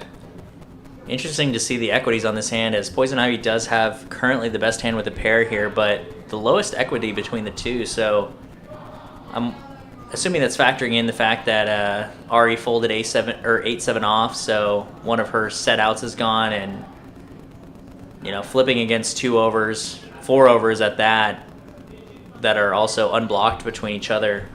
Yeah, that's interesting. All Gives you 4 some overs insight. live. Yeah. Must be about a 70% chance or so that one of those 4 overcards is going to come, with a little bit of wiggle room for when you flop a set or when they make a straight or something. This is one of those interesting spots where your game can kind of be different, and not necessarily in a good or bad way, but it's just a little bit different depending on your stack size. So she can definitely kind of relatively comfortably make this call here. And great call considering the fact that she does currently have the best hand, and they will probably run it twice, but we'll see. Yeah, big pot energy here. Cameron flopping the trips, and that's going to be a wrap as they run it once. But knowing that Mari has the short stack, you're basically calling only 21 into that. And then with Cameron's image, kind of like what we were talking about for a setup just like this one, where Cameron's image will get him paid in these situations when he does hit and hit hard the way that he did. So gonna scoop a nice double up and a bit more there. And one of those that kind of stings a little bit, but because of her stack size, not the worst beat in the world, and did get it in good, to be fair. Which is kind of all you can really do when you're trying to play the best game that you can. Put your money in when you're ahead, and if you have the opportunity, fold when you're behind. Yeah, and if all things were equal there, you'd need 33% since there's 3 players, but considering the fact you already put in 20 and you're getting a price to call, that means you can get away with a little less equity there. And actually, if we're thinking just about the side pot as well, the fact that Mario was only into the main pot for $20 means you're flipping against Cameron in the side pot, and we actually had a small equity advantage against him over there, so Right. works out okay all around. And it looks like a toy is in the mix. I'm not sure if that has already been won or if it's going into the next splash pot, but there we go, boys. Going to be our first toy of the night up for grabs for our ladies. I bet Baylor Dave wishes he was in this game right now so he could have a swing at that thing. The lubricant, the toys, and the female enhancement pills could be yours and more, Dave, if you want to hop in the Ladies Night live stream. But interesting hand developing. Lauren with the best equity here with the ace-high flush draw and does river a pair against Carla, who has no pair. And Lauren slowly chipping up here. Was sitting real quiet for majority of the stream. I mean, we're almost 3 hours in and haven't seen a ton of action from her, but we did see her scoop a small all-in or a decent-sized pot earlier to win a little bit. She wins a little bit more here, so playing the tight game, but also just hasn't really been hitting hands, but honestly playing very well. I think this is one thing that makes or breaks good players in the game is if you are not hitting cards, stack protection is kind of the name of the game at that point. And when you don't hit cards, you know, patience in poker in the long run is kind of the make or break skill set. And to be able to play patient when you're not hitting cards and not try to force any action and just wait, you know, she might not necessarily be sun running, but she's not losing either. She's up $56, which when you're kind of running card dead the way that she seems to be tonight is kind of best case scenario. Did you win that? Oh my. I don't want to do any spoilers, but another gifty has arrived in the booth. Yeah, here in about 10 to 15 minutes we will see the Something special. the new thing that has been won. Oh my. I'm opening the box now and checking out the spectacle. As someone who can't and doesn't appreciate these sorts of things, I will say it does look pretty fancy. It looks fancy. I'm going to leave it at that. We'll find out what it is here in about 10 minutes. But someone won a fun little splash pot with a fancy little item that Nick may or may not be using to imitate Wolverine right now. Looks like a prison shake. Oh my. Okay. Oh, and they have lots of different models, if that's the proper term. They sure do. The stretch, the doubler, the whipster, the tail, the G-Rider, the planets, the gripper, the Stargate, the rocker, the blaze, the tickler, the plugler, Is it made out of glass? plugger, and the massage. Interessante.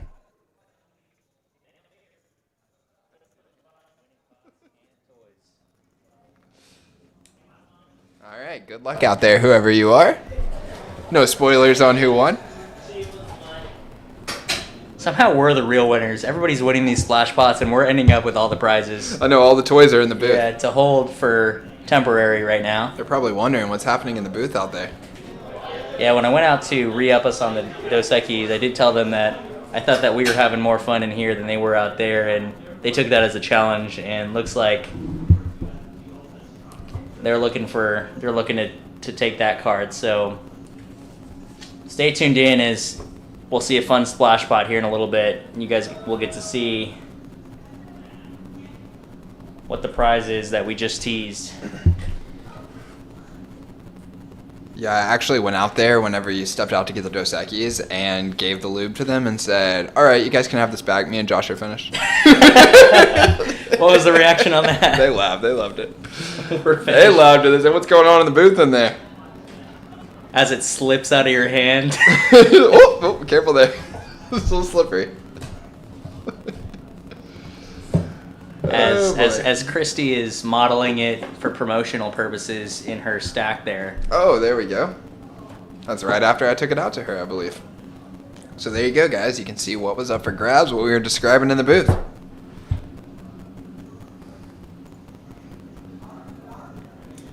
But Cameron raising it up with the King 9 suited.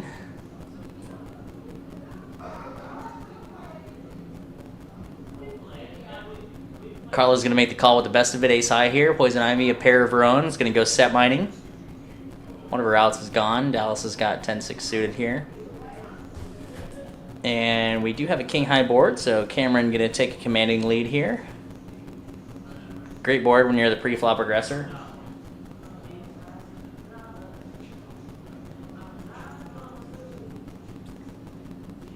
And we'll see if he'll take it down on this street or if Carlo wants to get sticky with second pair here.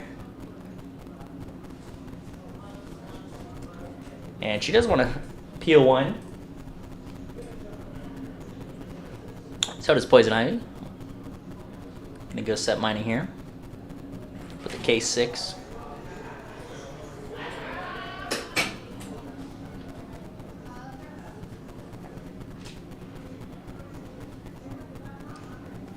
Four diamonds on the turn doesn't improve any of the players. Cameron's still with top pair here. He's probably going to continue to bet for value as well as protection.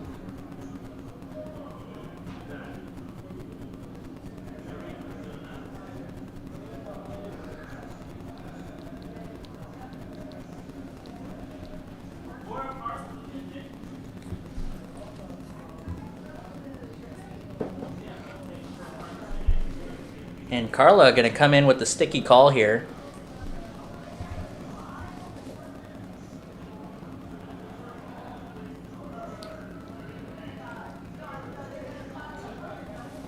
Poison Ivy thinking about it here. Third pair in a dream.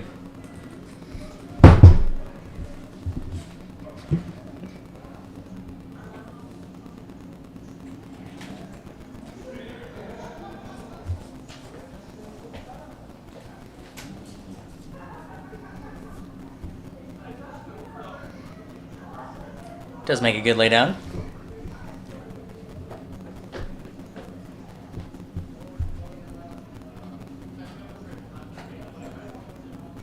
And Deuce of Hearts gives both player two pair. Carlo's going to go ahead and rip it in. And actually a decent play because it does put Cameron in a little bit of a blender here with top pair weak kicker.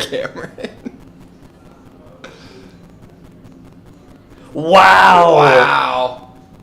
And it gets through. That's frustrating. I wonder if she's going to show. Gonna win a big one. Almost a triple up there. Wow. As we do see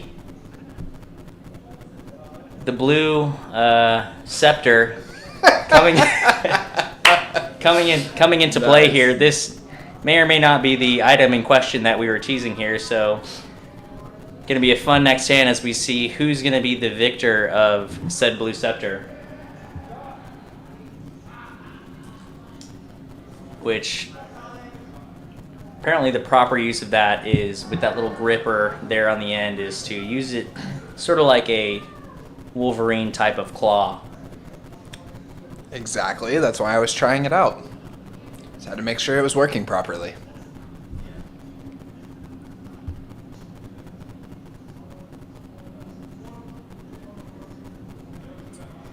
But yeah, Carla gonna go ahead and steal that one with second pair, top kicker, two pair on the river. And kind of surprising to see that fold from Cameron there, especially just given his overall play style.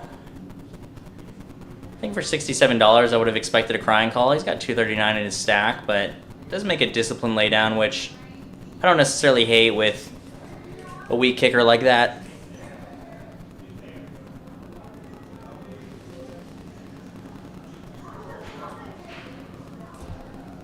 And Mari with the mystery hand today.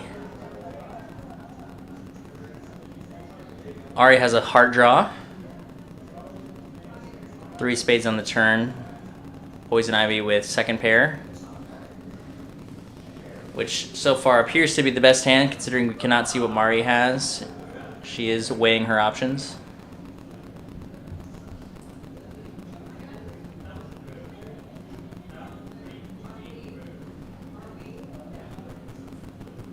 And I don't know if we missed another big one because Poison Ivy down to 506 under stack now. I think that's 586 Is actually. it 586? Mm-hmm. I guess I should look at this one. Yeah, 586. Went a little bit down here.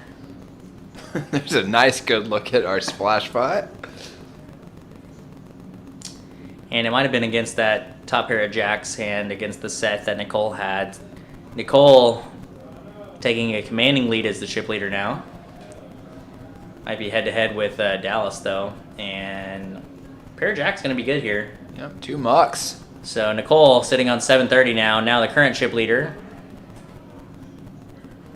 And Poison Ivy going to take down the pot as well as the splash pot. And Winner of Blue Wolverine Scepter Claw. And some Lovense personal lubricant jelly to assist the process. Okay, gonna be a wild night, boys. As you can see there in her stack, all the chips, all the goodies. So far tonight's big victor. And there you can see the toy in the corner of your screen. I mean, she's only 5 foot tall, guys. How's that even gonna work? Jeez.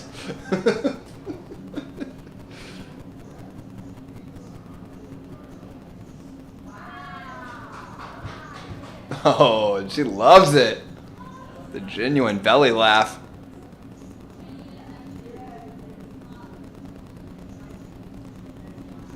Mari with ace jack again. Ari's gonna make the call with king 9. After Cameron raised up the 8-5 off. Love to see the action continuing here.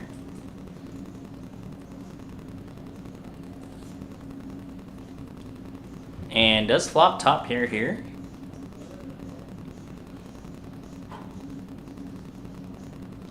Mari with a gut shot straight to the bottom end, as well as backdoor hard draw, which is no good against Ari's king of hearts. And Dallas with third pair here as well.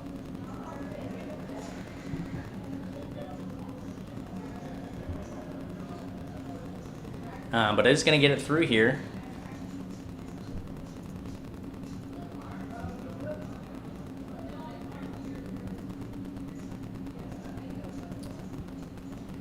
And I think I missed maybe 1 or 2 big hands that Dallas was involved in, as her chip stack has gone down a little bit from being one of our first or second chip leaders here. Now with essentially only 2 big winners of the night between Nicole and Poison Ivy. Carla with a modest $3 profit, so at least kind of hovering around the even mark, which is definitely better than losing.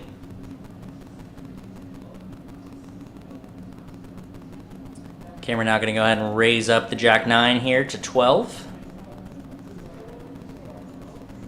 Nicole's going to fold the 4 deuce of spades, as she is well aware that the flush rush promotion has ended for today. Nice plug. Gotta love that. The Flush Rush running at PH Social Monday through Friday, 9 a.m. to 9 p.m. Make 3 flushes and then face the choice to either cash out for $100, 10 hours of playtime, and a free hoodie, or for John and try to make that 4th flush. And we're talking about the suits. So you make 4 different suits of flushes, and you will trigger the jackpot, which right now is at $2,500 and actually goes up $100 a day. So tomorrow going to be at $2,600. And we did have it hit last month for $3,400. So definitely possible to hit it. People wonder, is it possible? Is it hard?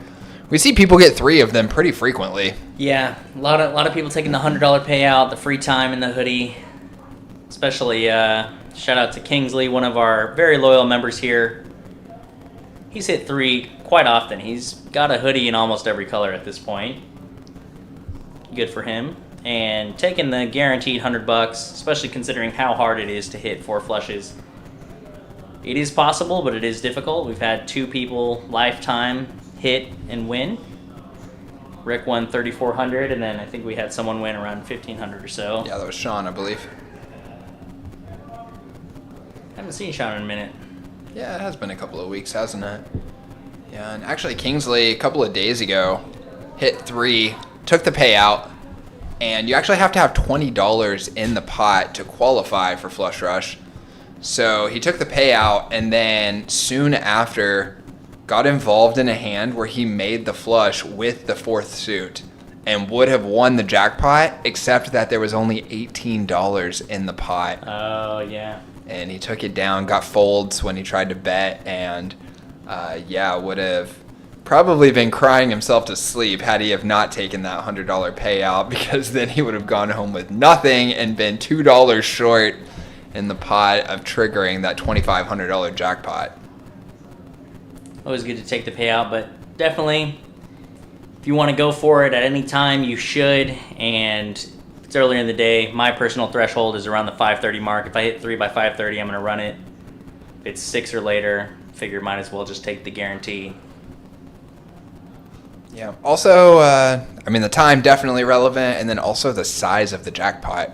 Yeah. Got to be relevant there, because the payout is worth about $250 between the $100 cash, the 10 hours of time, and the hoodie. So if the jackpot's only about $1,000, we did the math on it, talked to ChatGPT about it, and it sounds like you're going to hit it, let's say roughly 1.5% of the time each hour. So if you got about 3 hours left, then you got about a 5% chance of hitting that thing. So the $100 payout at a 10% payout is more than enough equity to just take the payout. There you go.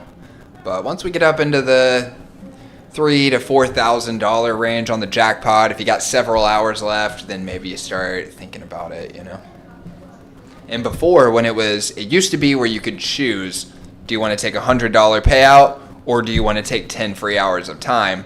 At that point, the payout's only worth $100, so that changes things quite a bit. Now that it's worth over $200, yeah, it becomes a much tougher decision. $240 if you consider the hoodie, or close to it. A couple of Broadway premiums coming our way. Lauren playing pretty tight tonight. It's going to wake up with big slick here, Ace King. Going to get called to her direct left by Ace Jack. Has her crushed at the moment.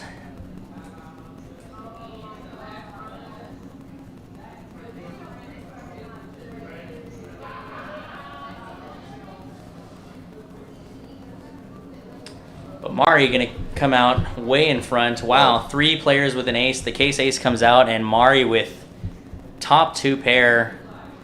Thankfully for Lauren, Mari is not super deep here. But she does have significant equity against Carla here for a larger side pot.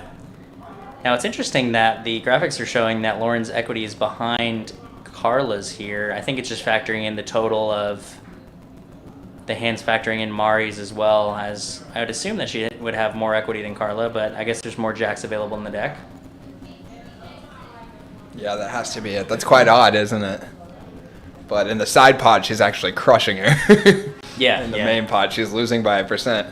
And you can see now that we're 3 ways to the turn that hers jumped ahead a little bit here, but still behind. But again, factoring in all 3 hands here, Carla's going to call the 30, so she is going to basically get her flop bet back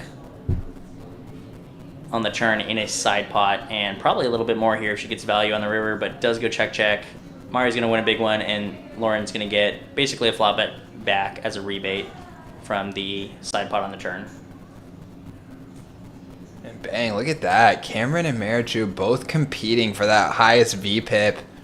You know it's a good game when you got 2 players up over 80% and almost everyone in the field up over 40.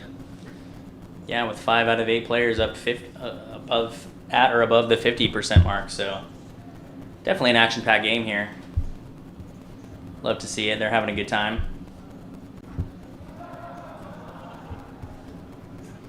And thank you to those of you that are clicking that like and subscribe button. I see that number creeping up.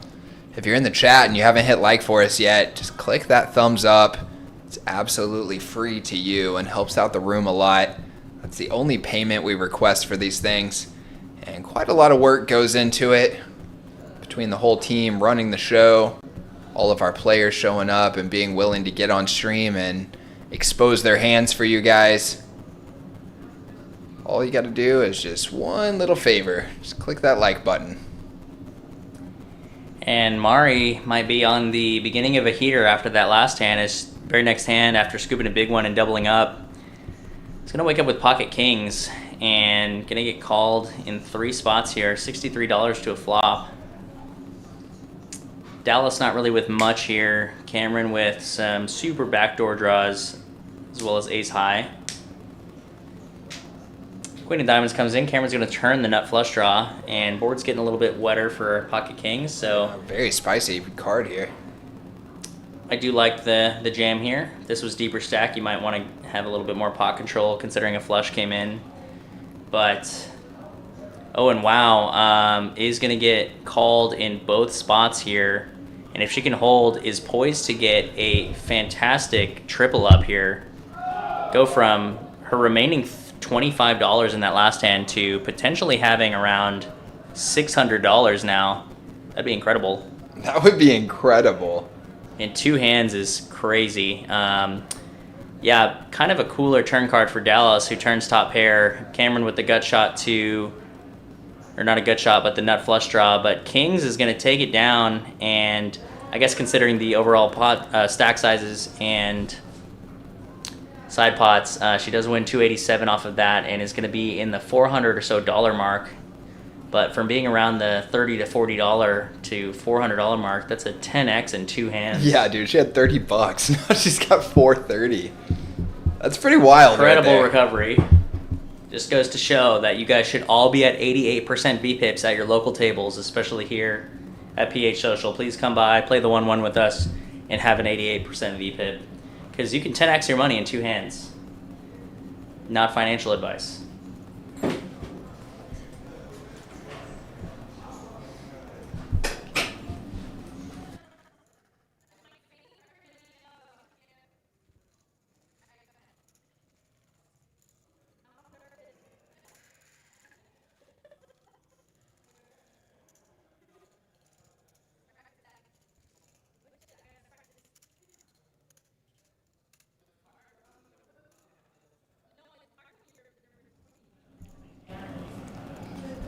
Alrighty, y'all, and we did just get notification that we have about 10 to 15 minutes left in the live stream. Definitely stick it through with us to the very end. We'll end it strong as we started, and should be some more action here in the next 10 or 15 minutes as we close it out. Carla here with the King Queen.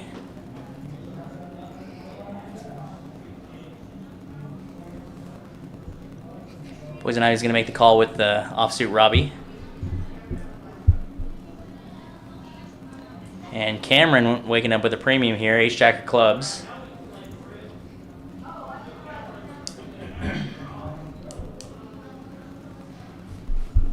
It's going to raise it up to 20 here. Get called in both spots between Carla and Dallas, who is kind of dominated between both players, but all 3 players going to brick here, so it's going to be a battle of aggression, and Cameron did have the pre-flop lead, so he's going to c-bet quite large here and is going to take it down. Yeah, good for Cameron. Needed a little bounce back hand there. Hasn't really gotten anything going his way tonight.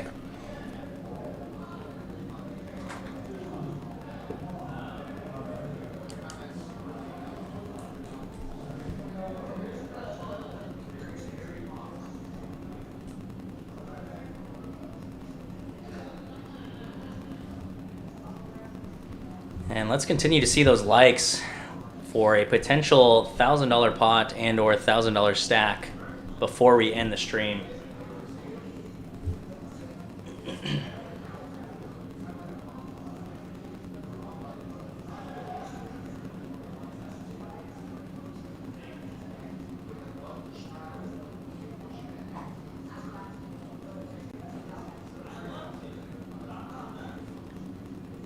Ari here is going to flop the best of it.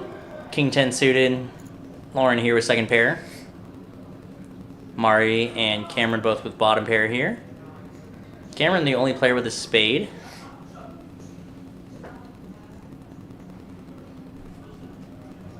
And Mari folded, but Cameron's going to turn trips here in a very disguised fashion.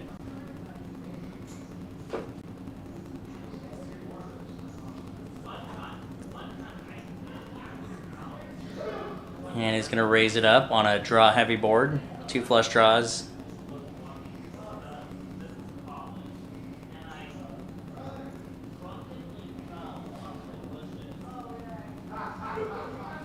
You know it's a good time when you're getting a massage and you have trips 3 ways. Ari's going to go all in for her remaining 44.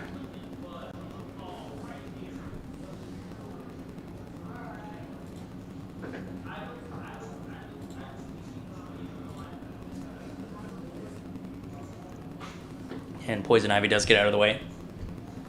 Good fold. 7 of clubs on the river, changes nothing. Cameron's going to take it down with the trips here. And I'm sure Ari's going to feel the sting of that a little bit after flopping top pair. Was the best hand on the flop. Check out Cameron's pre-flop raise percentage here. It is definitely an interesting addition to the ladies' lineup, which is typically very loose and passive. For him to come in firing with a nearly 50% pre-flop raise percentage. And I know it hasn't gone that well with them for him so far tonight, but he is making a little bit of a recovery here in these last couple of hands. Yeah, he's climbing back. Can't remember exactly how many buy-ins he's in for. I want to say maybe 3. So closing in on the even mark. But Cameron, right after having the 4s, is going to feel like they're the lucky hand for today. So he's going to raise up the 4s again to 40 and puts Nicole kind of in a tough spot. Granted, she's the monster stack at the table, so she can afford it, but does let go of the ace-king here. And just considering this is a 40 big blind raise, I mean, most hands can fold here. But Poison Ivy is going to make the call. And get a pretty good board, all things considered. Straight and flush draws available. Cameron with bottom pair. And we'll kind of see if he decides to continue the aggression here, or if Poison Ivy is going to take the betting lead, considering how good of a board this is. But she is going to go all in and get a fold from the best hand, but granted, bottom pair 4s.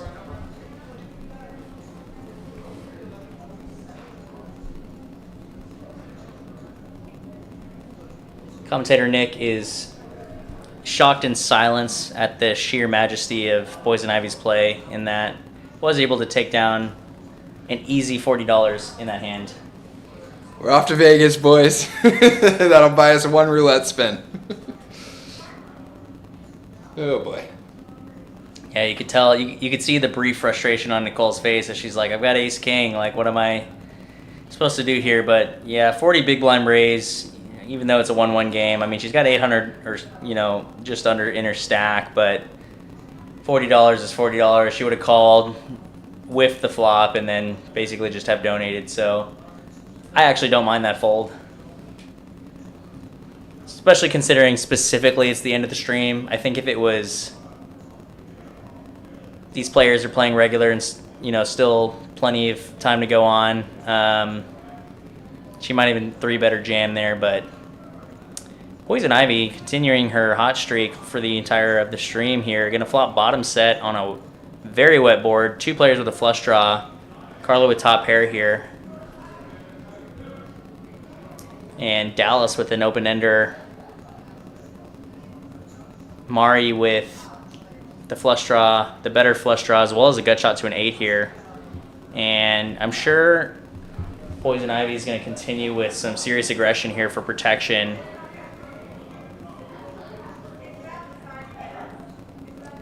A lot of draws available. Kind of just rough being out of position. Needs to fade a lot on the river here, but so far has a commanding lead.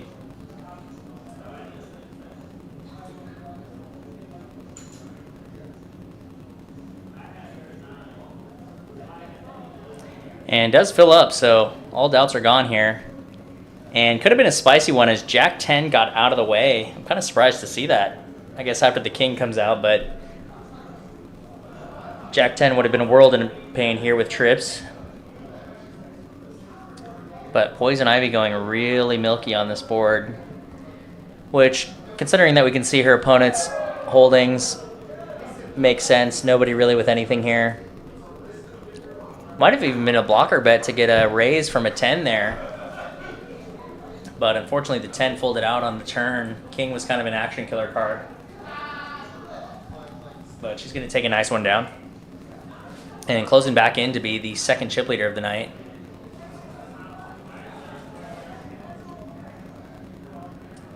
And two premiums right next to each other again. Cameron going to open it up with ace queen. He raised to 40 with pocket four, so I'm interested to see what he's going to open up with here. And Nicole once again with ace king. We'll see how this hand plays out. I'd be surprised to imagine Nicole laying this one down this time. Definitely not to the $15 bet. Does make the smooth call here.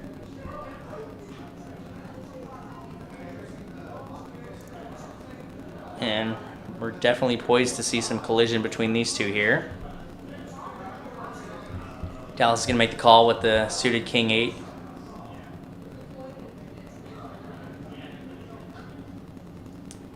And we're going to see a pretty dry board with no players connecting here.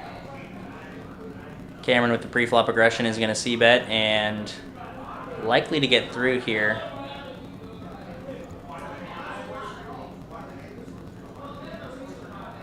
But Dallas making a sticky call with basically only pair draws available, none of which come in. But looks like she's going to go for a bluff.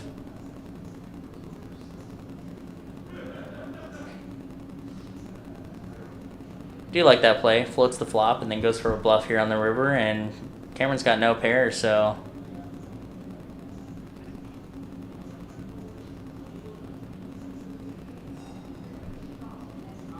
and does show a bluff.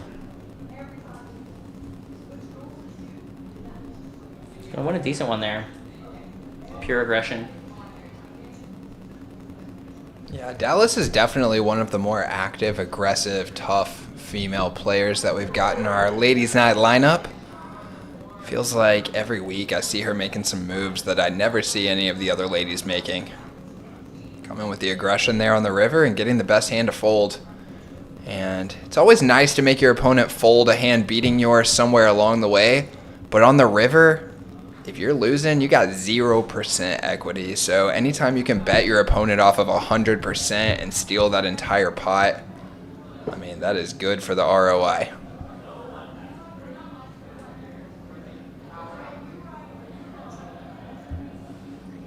And now sitting with only two winners on the night, Nicole and Poison Ivy. Basically crushing the table tonight. All of their players kind of just running into some coolers here.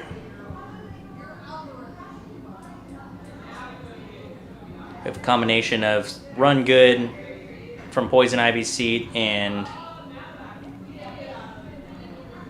tight play and playing well from Nicole, which is made for profit for both players.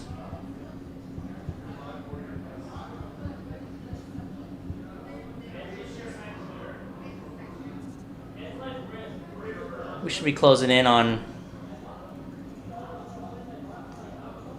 actually what I think might have been the last hand of the night there, the King 8 and the Ace Jack. So thank you guys so much for tuning in with us tonight for the Thursday night ladies night live stream. We had a blast here in the booth, and I know all the players had a blast as well. We hope you guys enjoyed.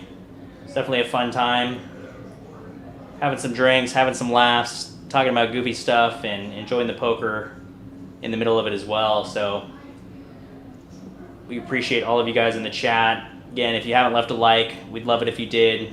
It's the only thing we ask of you. And we'll continue to keep putting on some fun streams for you guys. And we'll see you next time for David's Uncapped 5-5 Monday night live stream. Absolutely. Thank you guys for joining us. We had a blast. We're having a blast playing poker over here every day at PH Social. Got a lot of cash games and a lot of tournament action. Check us out on social media, on Facebook or Instagram at PH Social Dallas. And then get on in here to the room and get in on some of our great promotions, some of our great cash games, and our great tournaments. And we will see you here. Thanks for joining us.